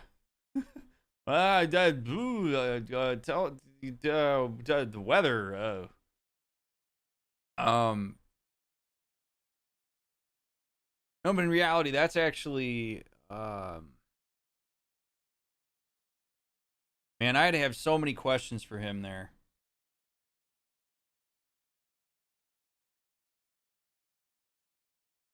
I mean, I think one of the primary questions I would have would be something along the lines of, and, you know, how does that affect the decisions you make?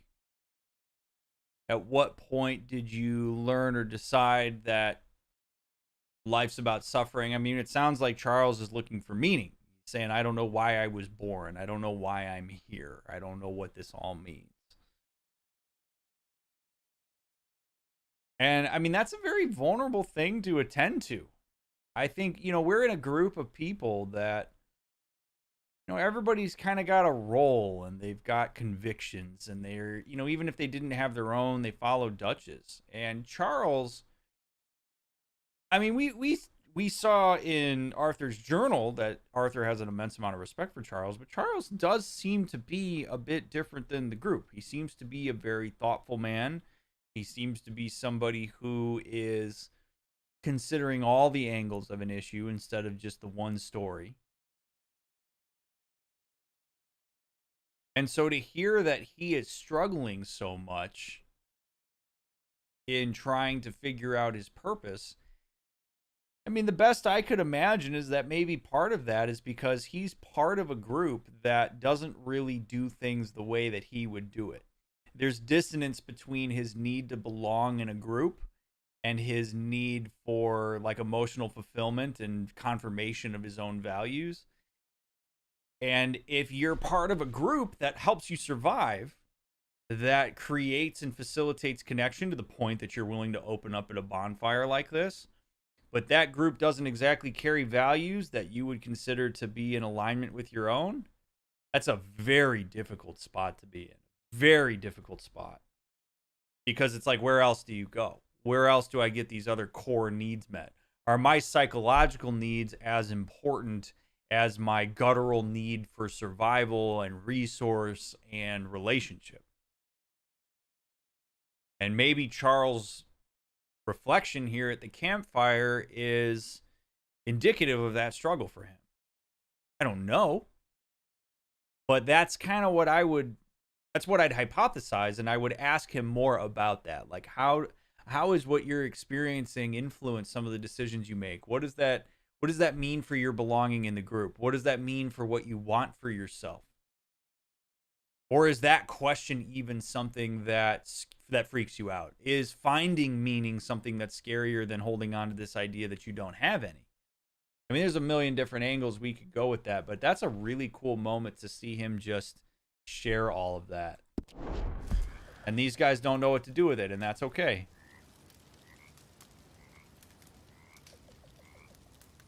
Listen, Charles. You're about the best man I know. Aye.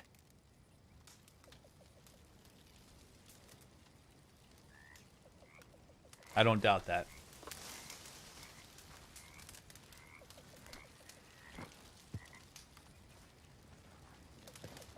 I do not, Ninja. We go with what we see. Heck yeah, he just says hi. All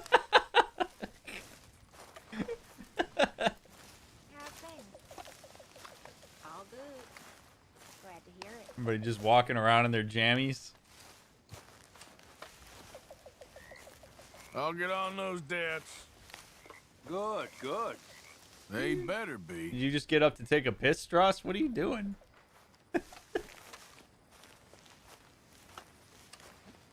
Let's eat ourselves a pot of stew, huh?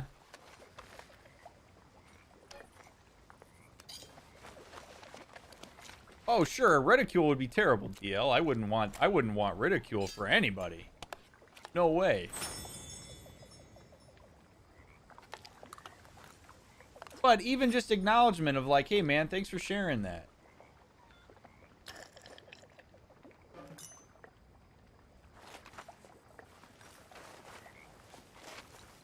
Alright, we got ourselves some stew. As much as this is gonna pain me.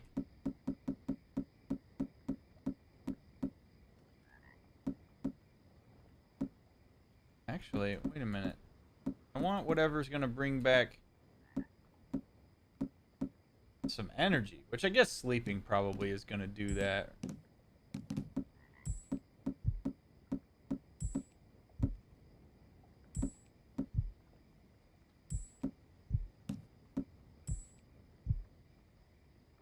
Bitters. Alright. Oh, shit! I didn't think I was gonna stab myself like that. Alright, let's get ourselves to bed.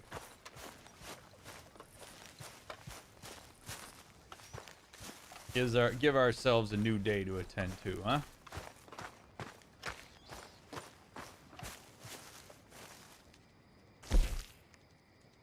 No. Let's shave.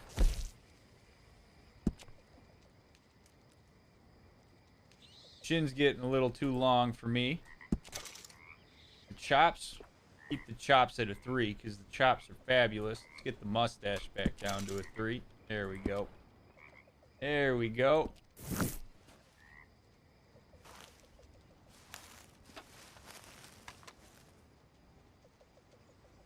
Let's sleep till noon. Actual noon.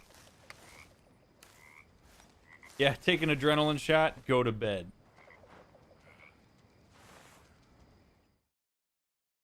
Kind of sucks that Arthur gets to sleep in a cot while like everybody else is on the floor.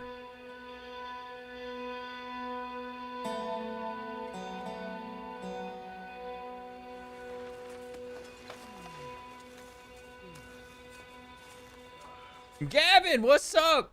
Thank you for the membership, friend. I appreciate that very much. Good to see you.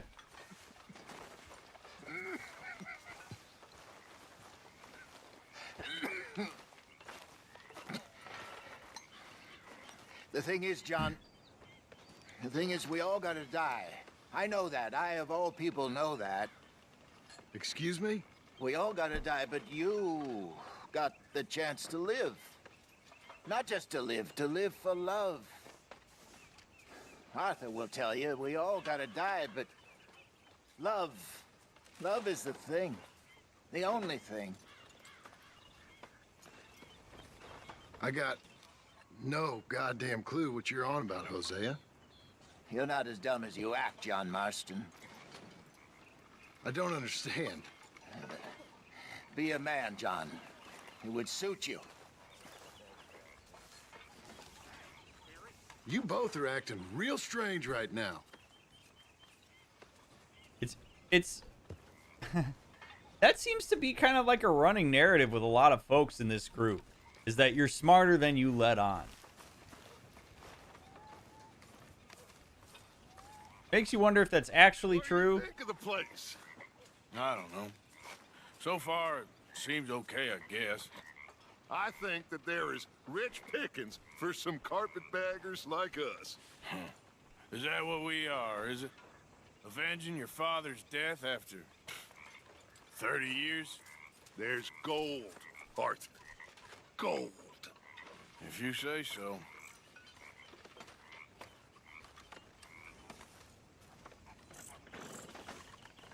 You know what he's talking about? It ain't nobody's business but mine. Except we all gotta live here together.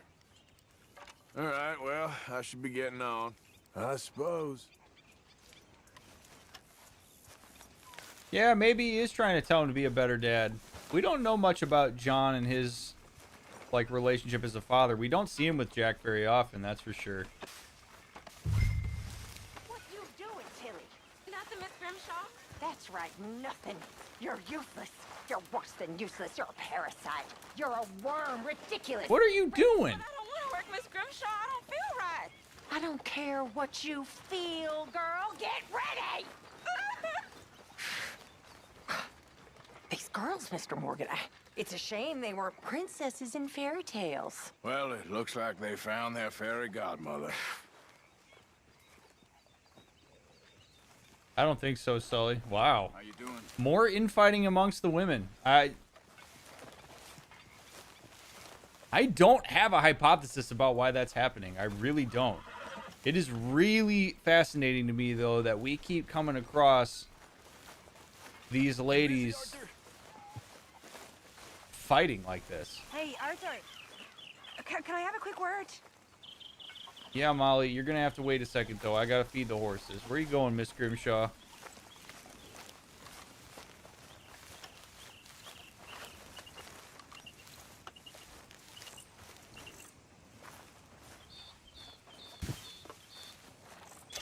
I'm gonna throw a few things in the community chest as well.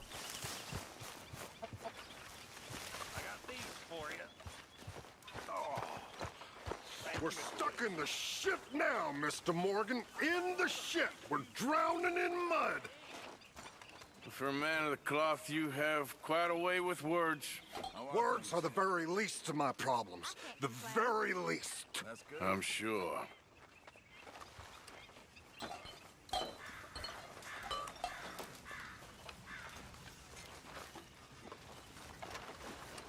What have we here?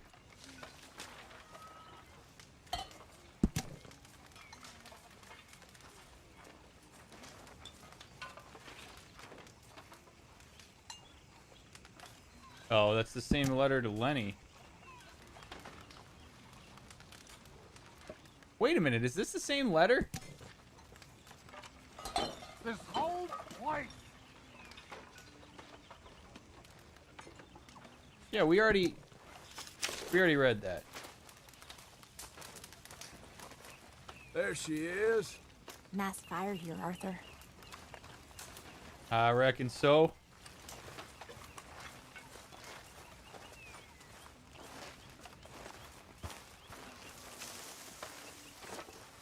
Mary Beth. Hi there. All right, there we go. Do you think Miss Grimshaw maybe rooted the girls out of resentment? Like a youth thing? Just to guess. It's hard to know. I mean, What? Grimshaw kind of strikes me as the Dutch of the ladies, so to speak. This is taking it easy. I mean, I don't know. I don't know how long Miss Grimshaw has been with the group, but I gotta believe that it's been quite some time.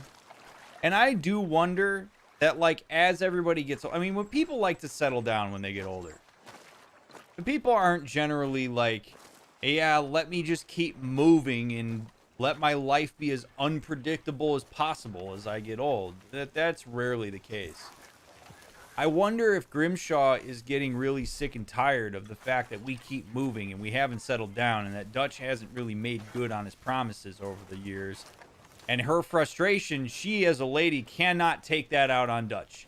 She does not have the power or privilege to be able to do that. And so I think instead of doing that, there's a good chance that maybe she's taking it out on the other women that are subordinates. That's what people do when they feel powerless to the superiors. They tend to take it out on inferiors. So my best guess could be that Grimshaw's getting really sick and tired of all of this, and because she can't bring that to Dutch and get on his ass about it, she's taking it out on everybody else.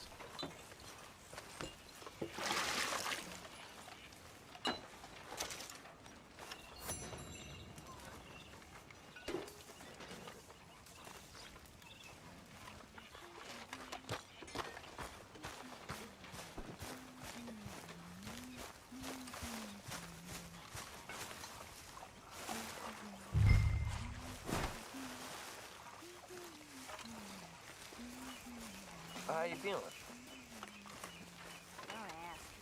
You and me both.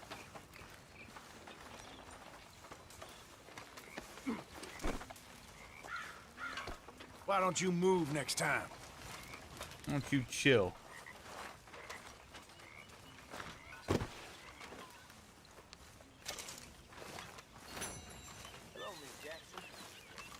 Okay.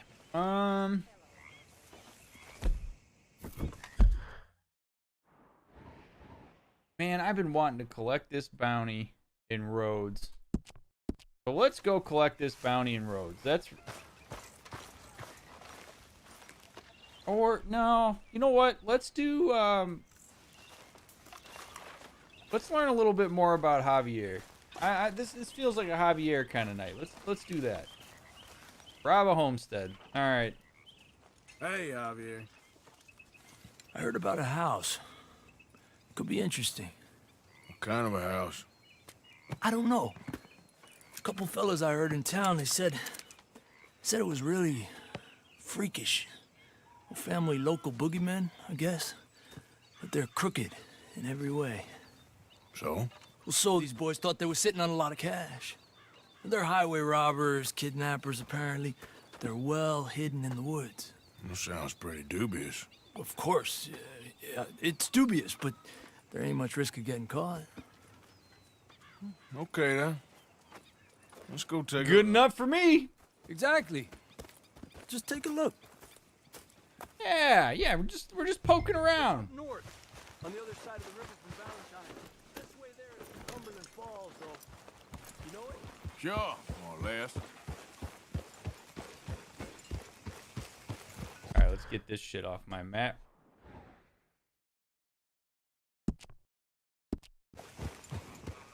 All right, where are we going, Javier?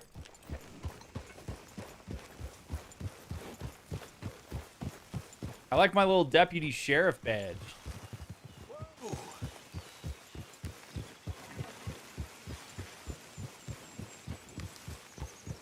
Isn't it night noon on the West Coast right now? It is. It's 22 minutes past night noon here on the West Coast. We're going to start calling it that from now on, I do reckon.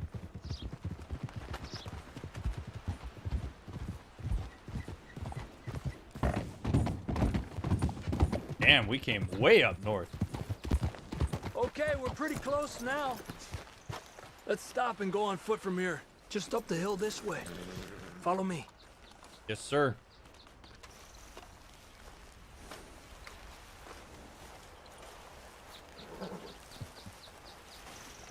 There's a spot up ahead where we should be able to get a good look at the place. I want to make sure we don't run into any surprises. Sure. Apparently, this family's been isolated for so long, they started talking in their own weird dialect. They really don't like outsiders, especially on their turf. Well, you just keep selling me on this job, don't you? It seems like more reason not to do this. Like, why are we going after these folks? I get it, they're isolated out, but geez, they're not bothering anybody. Big place, right?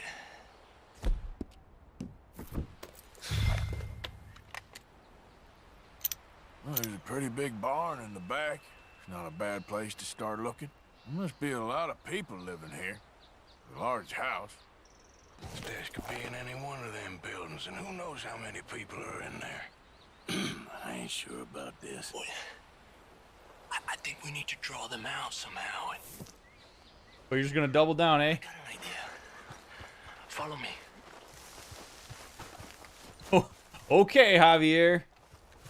I like how Arthur's like, yeah, maybe not a great idea. A lot of unknown variables. And Javier's like, well, we'll be the known variables. These trees, I can't get a proper look at the place. Well, hopefully it'll make it harder for them to spot us, too. Coast seems clear so far. Yeah, so far.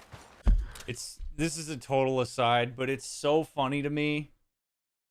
Think of how many role-playing video games wouldn't exist if the protagonist had good boundaries and sensibilities. Like, this game would probably be a quarter of its length if Arthur had good boundaries and stuck to those boundaries. But because Arthur's just, yeah, fuck it, then we got a game, right? You don't have a game if there's boundaries set. So, like, the fact that video game protagonists have to have diffuse boundaries in order for the game to exist is just funny for me. Like, this is very much like, now, why don't we turn around and go home? Like, this doesn't really seem worth it, Javier. This seems like we've bitten off more than we can chew. That's the sensible thing. But hey, push me, because I got a game to play.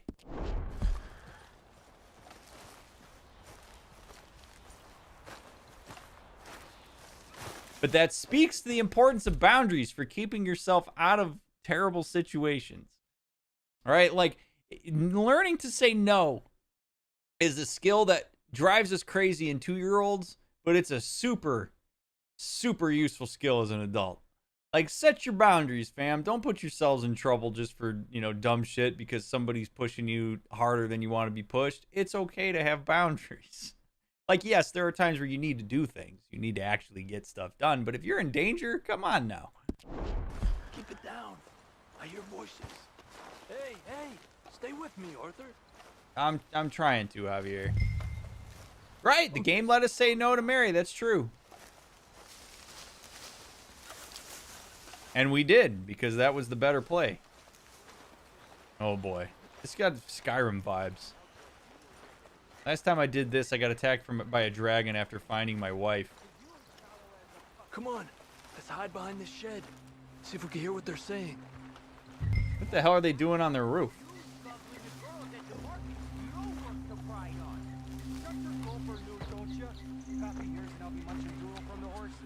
Just stay quiet. Hunt a pig this time once mouth. Creepers, Finn. Don't score notions in the tippy Fleming's head. Where you been now, Newt? Don't be boiling now, Pappy. I's gone but 10 minutes I was. You can hollygag all the now day long, cause Edie takes patrol now, don't you? What? No, Edie, get all the jam. You shut your gulper, or I'll flagger your felt, I will. Your niece will pull it up, boy. Up. Go guard the shed. Go! You understand what they're saying? Not much of it. What we doing, Javier? Okay, you take cover by the rock over there. I'll create a little distraction, and then you jump them, okay? What kind of distraction? You'll see.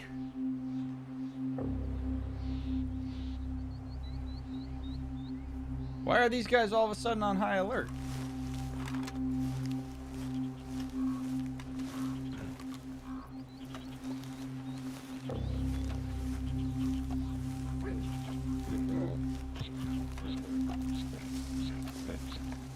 I don't want to kill these guys. I just want to knock them out. Oh god. Oh god. That guy's coming out. Oh god.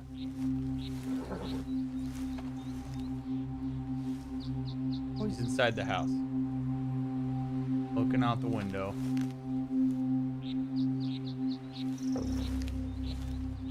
Oh, wait a minute. I need to go to where it wants me to go.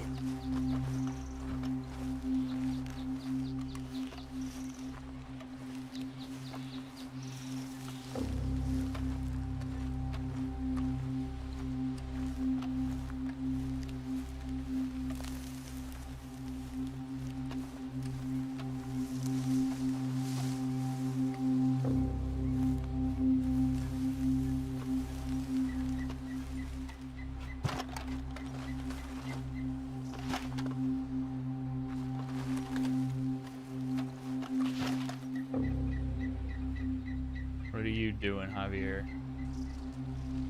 Oh, jeez.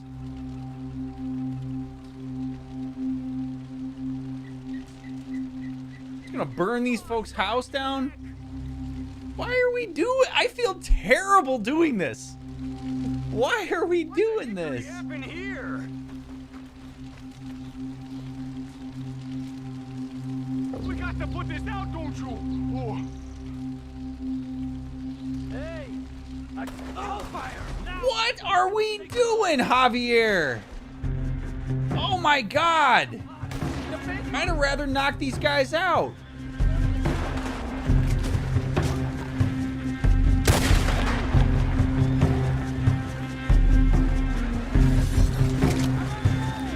Oh, this feels terrible. This feels so terrible.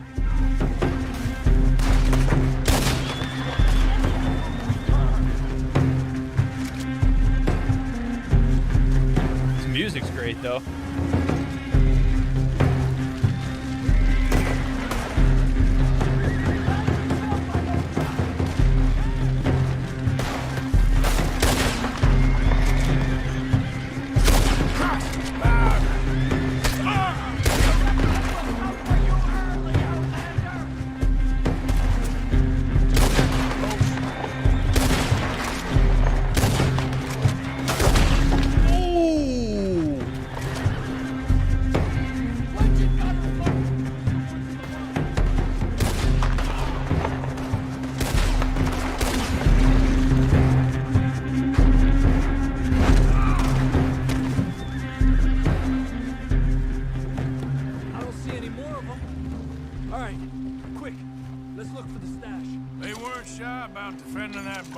Check in there first.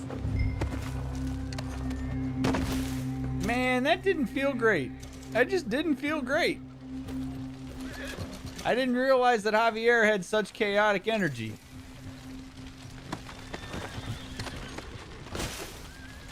While I'm here, might as well check these folks.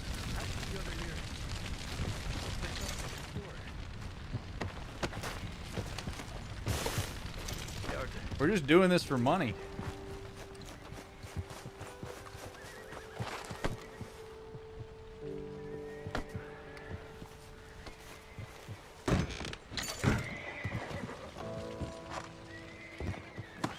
You want the money or not? Come on.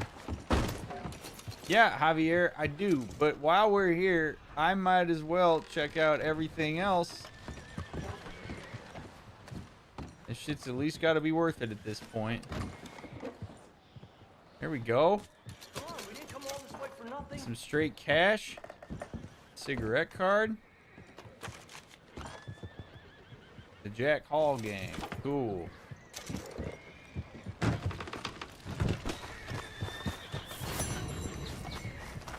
Arthur, we need to find the money, get the hell out of here. Why? It's not like anybody's gonna find us, dude.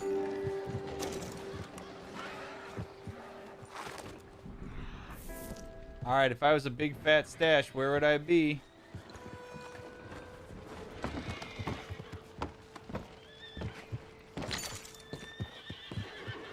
Hey, maybe it's in this big treasure chest. Oh man, I messed that lady up. Ooh.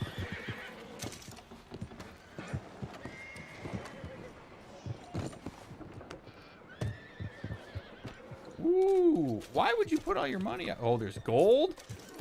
Large jewelry bag. A lot of money. All right. We'll close it so that nobody knows we took stuff out of it. These horses are freaking out. Drop Lancaster for worn carbine repeater. Not interested.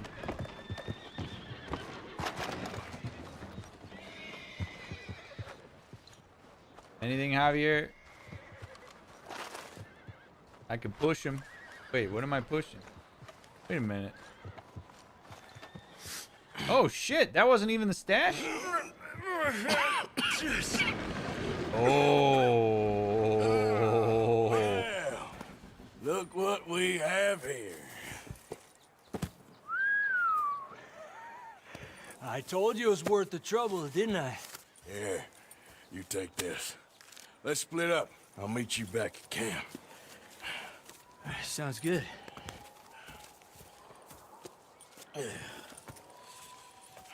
Well. Jesus, Javier. Just kicks the guy out of the way. Ooh. Well, I suppose we might as well see what else we got here. Got some nice... Look at that horse. Oh, no.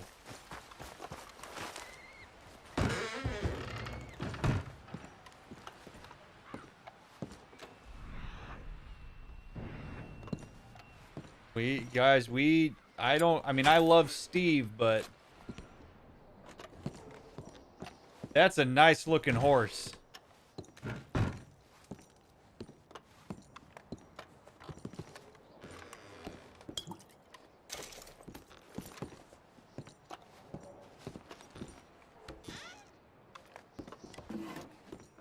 Anything good?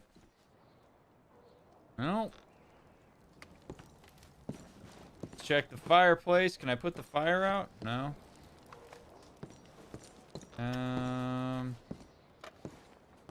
I will forever see chimneys as a potential source of riches thanks to this game.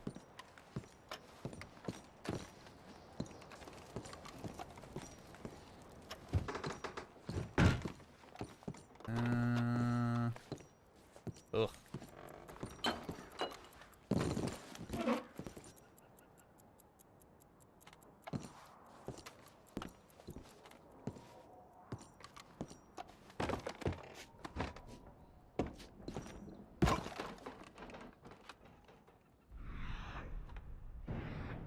Arthur's stuck. Well, this is good. Oh, come on. No way. No way. Are you serious?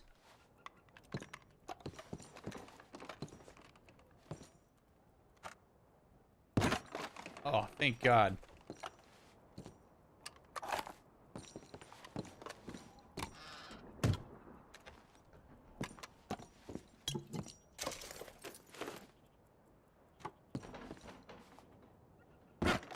We got it. We're good.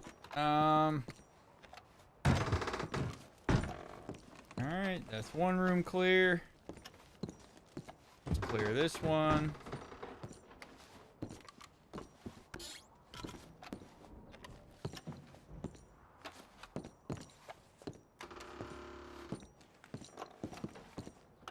What's this? This pomade?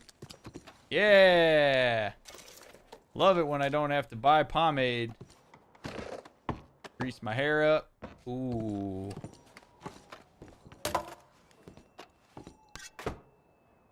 What do we got? Looks kind of shitty. Pump action shotgun. Oh, I don't have to okay, cool. I can just take it. That's nice. Alright, let's get that horse.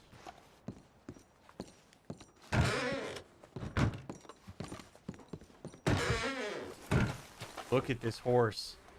Look at this horse. Oh, shit! Oh, my God! Yo! Hey, I reckon you ain't got anybody to take care of you.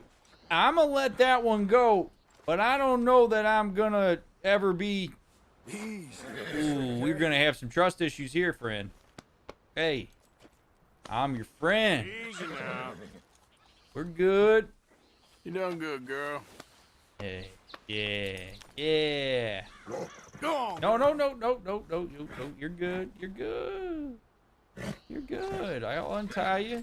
Don't you worry. Let me just search the saddlebag. Don't you do it again. Don't you do it again now. All right. Okay. It's a mighty fine steed, folks. It's a mighty fine steed. I mean, I love Steve, but holy shit. She is something. How far away are we? Oh, Lord, we are so far away.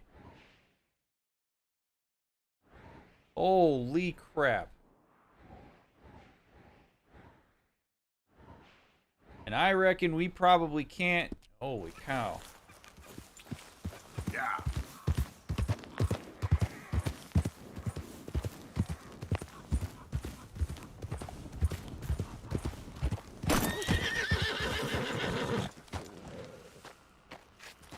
Well done.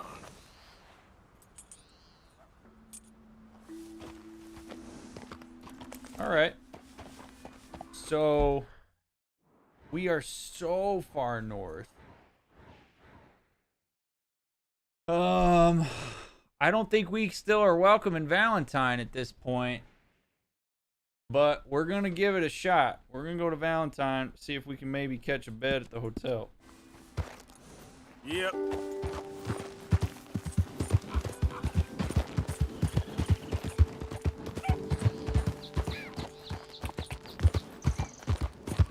All right, there we go. Right, it is. It's a beautiful horse. Steve. All right, will Steve follow me automatically? Oh, here we go. Follow. Come on, boy. Come on, Steve. Yeah. Come on.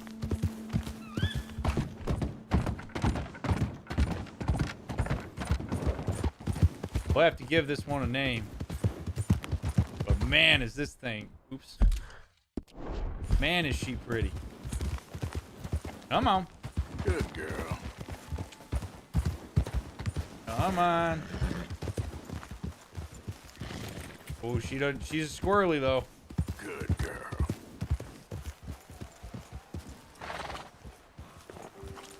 What do we got here?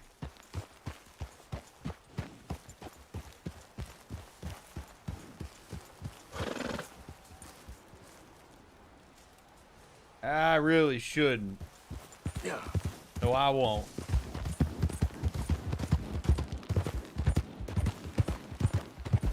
Can we call her Hermione? It's not a bad name. Hey, Arthur said good girl, so I'm guessing it's a girl horse.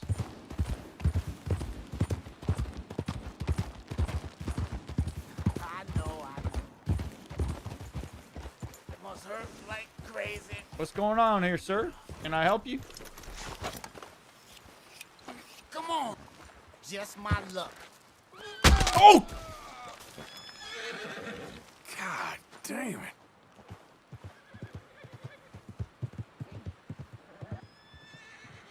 Oh my God!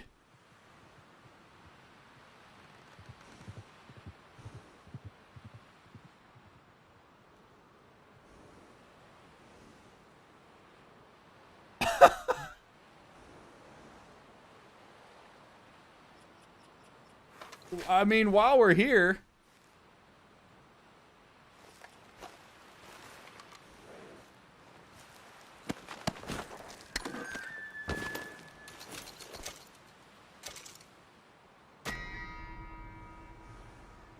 Oh my God. That was... Let's go. I didn't even do anything and that horse acted up. I have the worst luck with horses in this game. That poor man. I just watched that man die by getting kicked in the back of the head by his own horse. I'm staying far away from that horse. Far away from that horse. Holy shit.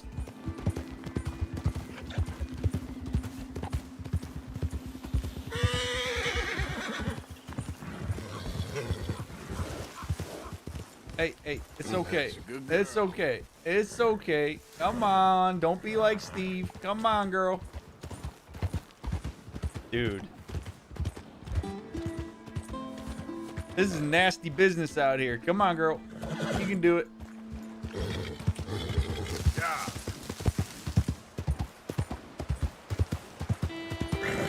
That's why you should never get too close to a horse's back. Yeah, no kidding. Like one of the only defenses it has. How about you have an oat cake? Would you like an oat cake, horsey? Or perhaps a carrot? There you go. Easy, whoa. Oh, we got some tracks over here. My favorite moments when you bulldoze that man through the door. That was a good moment. Hey there, mister. Hi.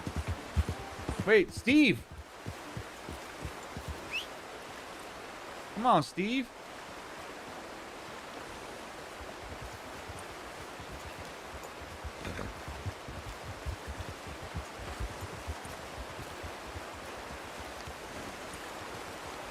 Come on.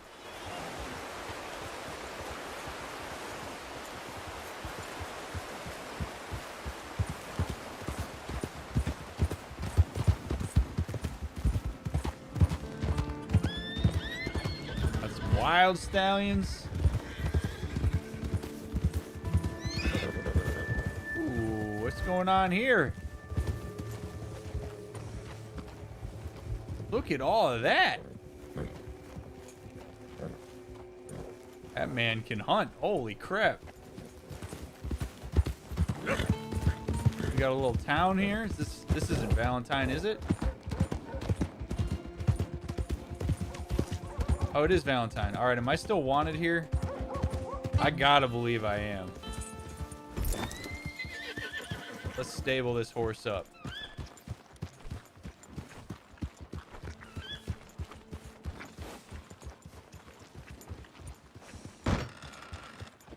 Looks like you've been out in the mud a while.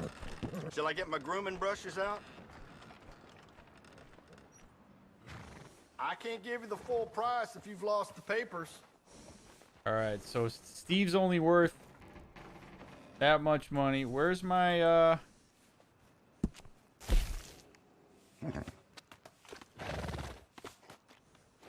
Wait, that's Steve.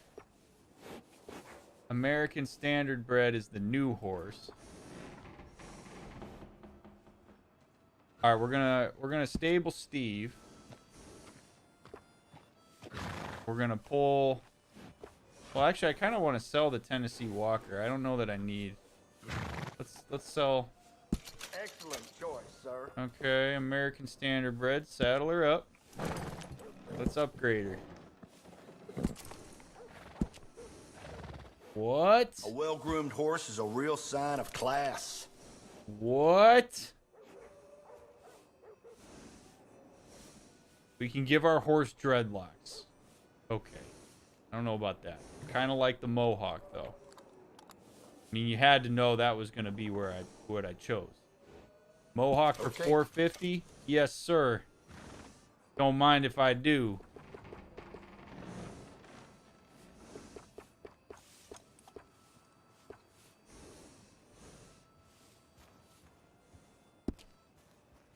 The tail. I'm convinced horses love that. You can braid or dreadlock the tail. We'll go short. Mm-hmm.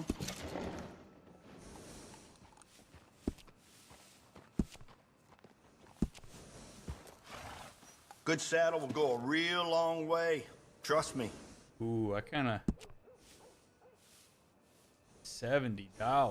Oh, I don't know. I don't know, sir. It's better to equip yourself and not need it than the other way around.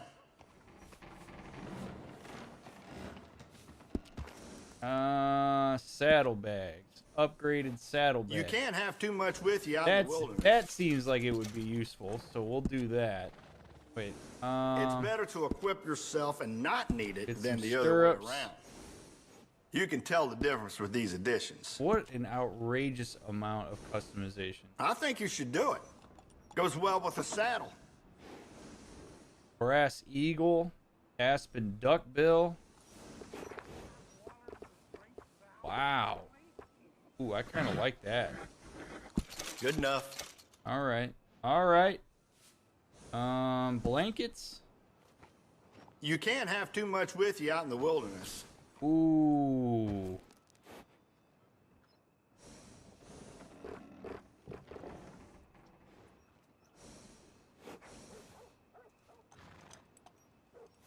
Good deal.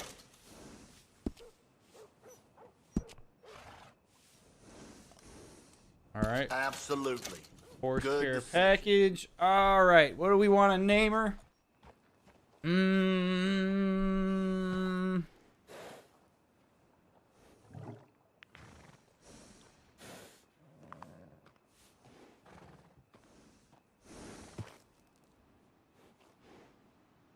I don't know what to name her.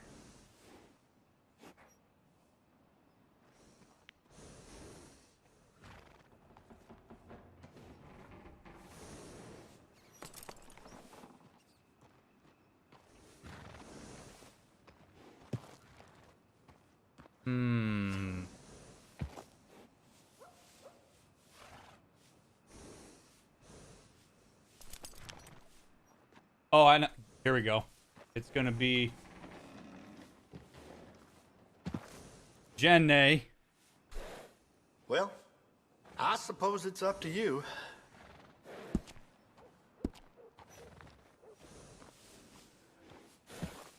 Or name her Jenny. Goodbye now, and bring that horse back anytime. Oh, she's looking fabulous.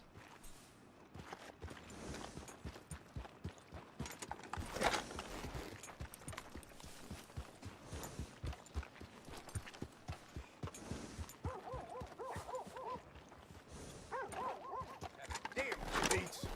Let's get going. Watch it. Watch yourself. What's the matter out here, fellas? Shit, you best. Watch out. This poor man. Damn.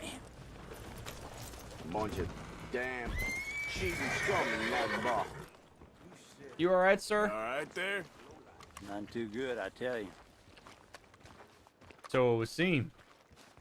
All right, I need me a bath. Whoa now! I need me a bath and a bed. Welcome, welcome. Come on in. Can I get a hot bath, please? I got someone warming it up for you already. Just head down the corridor there.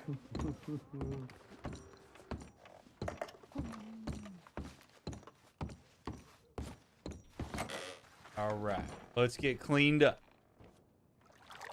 Ah.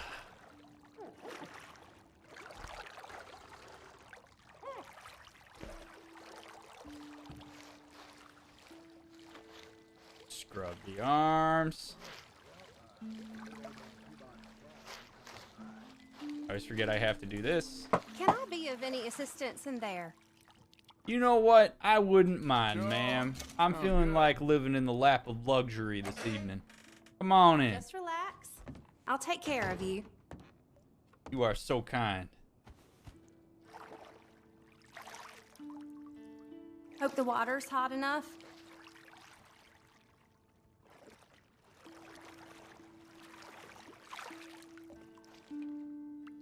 Thank you. I'll be out of your hair in no time. You must get some bad men in here. Yes, that's how it is round here. Always been. Sorry for smell. It's been a while. Let's just keep that between us and these four walls, shall we? Oh, I'm glad of this. It's been a hard few days. Oh, really?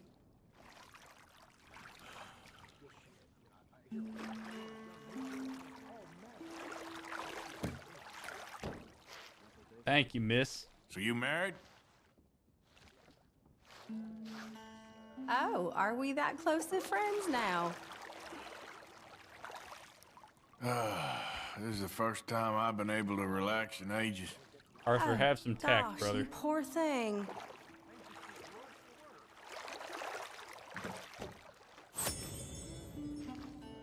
All right, we're nice and clean now.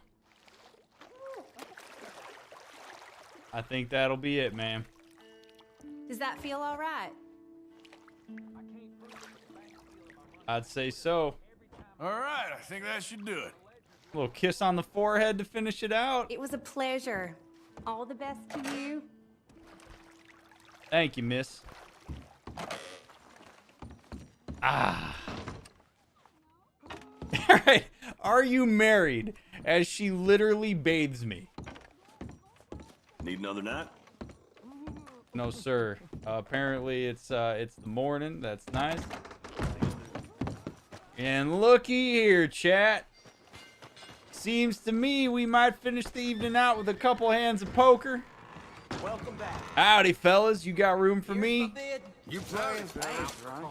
Yep, I'll raise you. Sleepy. Here we go. Okie dokie. Here we go. We'll do a few hands for posterity. Let's go. Deal me in, boys. Where's a real rot gut when you need it?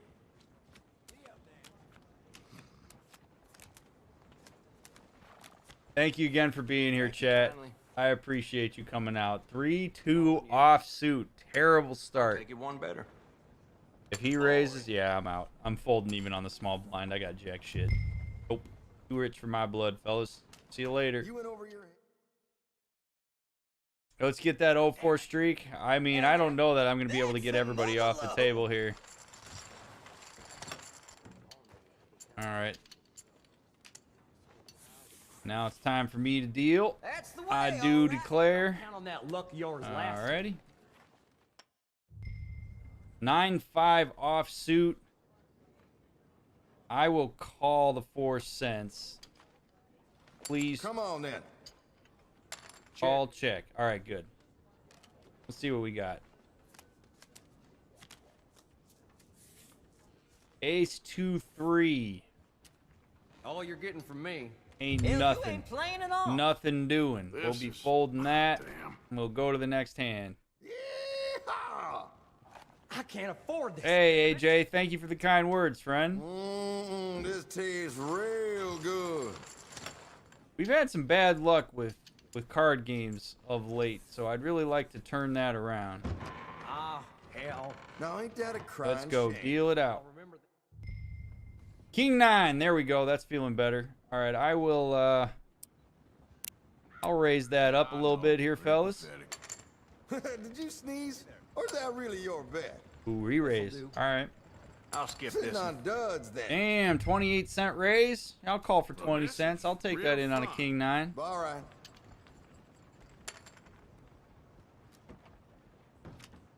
Come on, give me a king. Give me a king. Not great. Hanky's ready, ladies. King 9, he throws in 48 cents. He's got to have a pocket pair, and I don't think that's enough for me to go in on this. I got to fold this out. You bought your pot, mister. Calling. He's going to call. All right, let's see how they play this. He's got to have a pocket pair. Jack comes out. What has still been no good to me. All in. He goes all in. He calls. What does he have? Stop meeting like this. And here. A pair of 8s. See? Knew it. He hit the queen. I don't know how you go all in on a pair of 8s there. Damn. I would have hit the 9. Oh, shit. All right, how it's supposed to be. Wowzers. Yeah, I mean, that guy's kind of dumb. Going in on all 8s like that. See you later, Sydney. Another one bites the dust. Shit! Barely got loosened up. Have a good one. All right, chat. Maybe we'll get more guys off the table than I thought. All right, what do I got? I got King 2 suited. I'll call that. He's out. Thanks. He's out. You won't get nowhere with that. Small blind calls. Check on the big blind. All right. Give me a king. 2 diamonds. Oh, baby. Flush draw. Ooh, flush draw. All right, let's let's slow play this. Let's throw 4 cents just to see. Give me. Let's just see where they're at. I got fold. He folds out, and he folds out. Damn. All right, so they didn't have shit. There we go. We don't know that we were gonna get a diamond, so I'll take that. I'll take a little 16-cent pot there. And this poker. Okay. Really, like, it's great and not great that they have this in the game because I spend so much time playing poker now. All right, 6-8 suited. I called. Give me some clubs.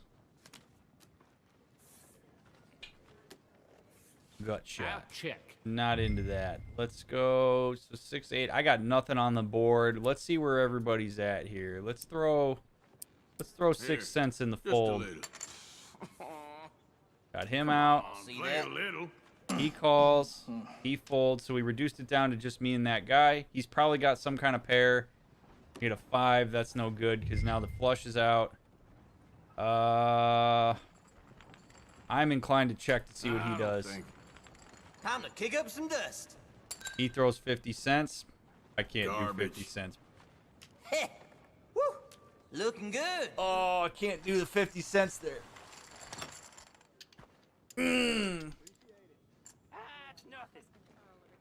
Should go clean out Miss Grimshaw? Yeah, right? No, I'd rather play with these dumb fellas. Playing with the ladies are too good for me, man. I gotta work my way up. All right, King 10. I'll raise that. I'm gonna play slow. Boring. All right, I got 1 call. All right, it's just me and that guy, me and Alvin. Jack 5-6. That doesn't do me any good, man.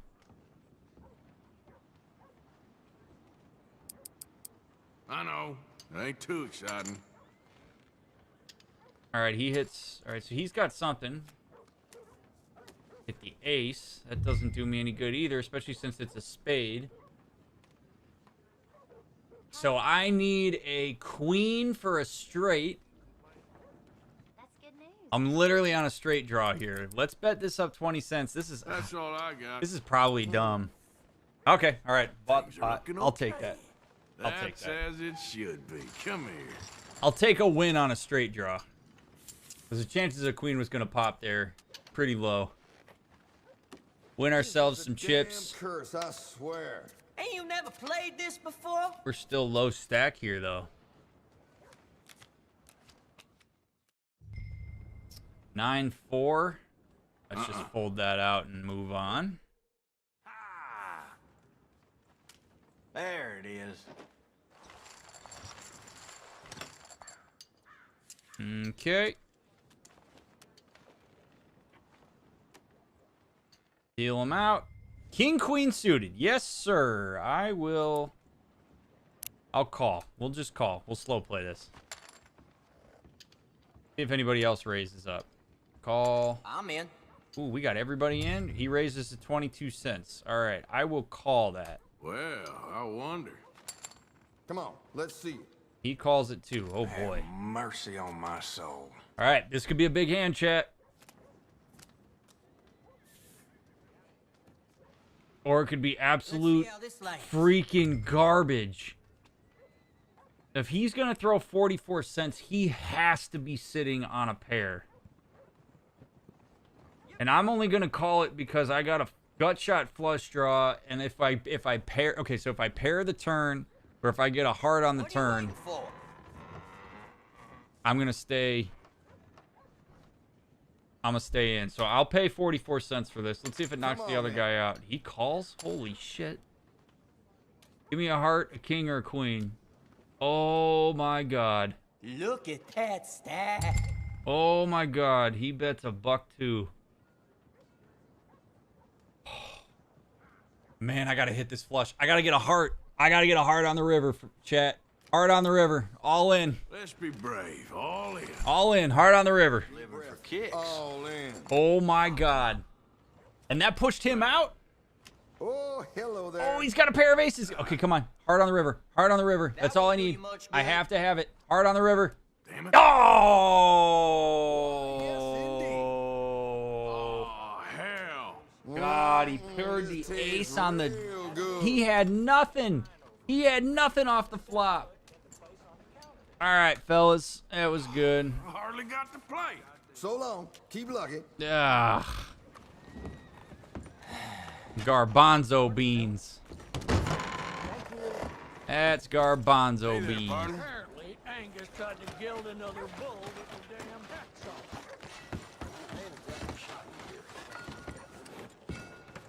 They used to call him the Flush King. Hey, thought you'd... That hurts, man. Hurts a lot. But that's why we'll have a drink. And that's why we'll pick it up again on the next one.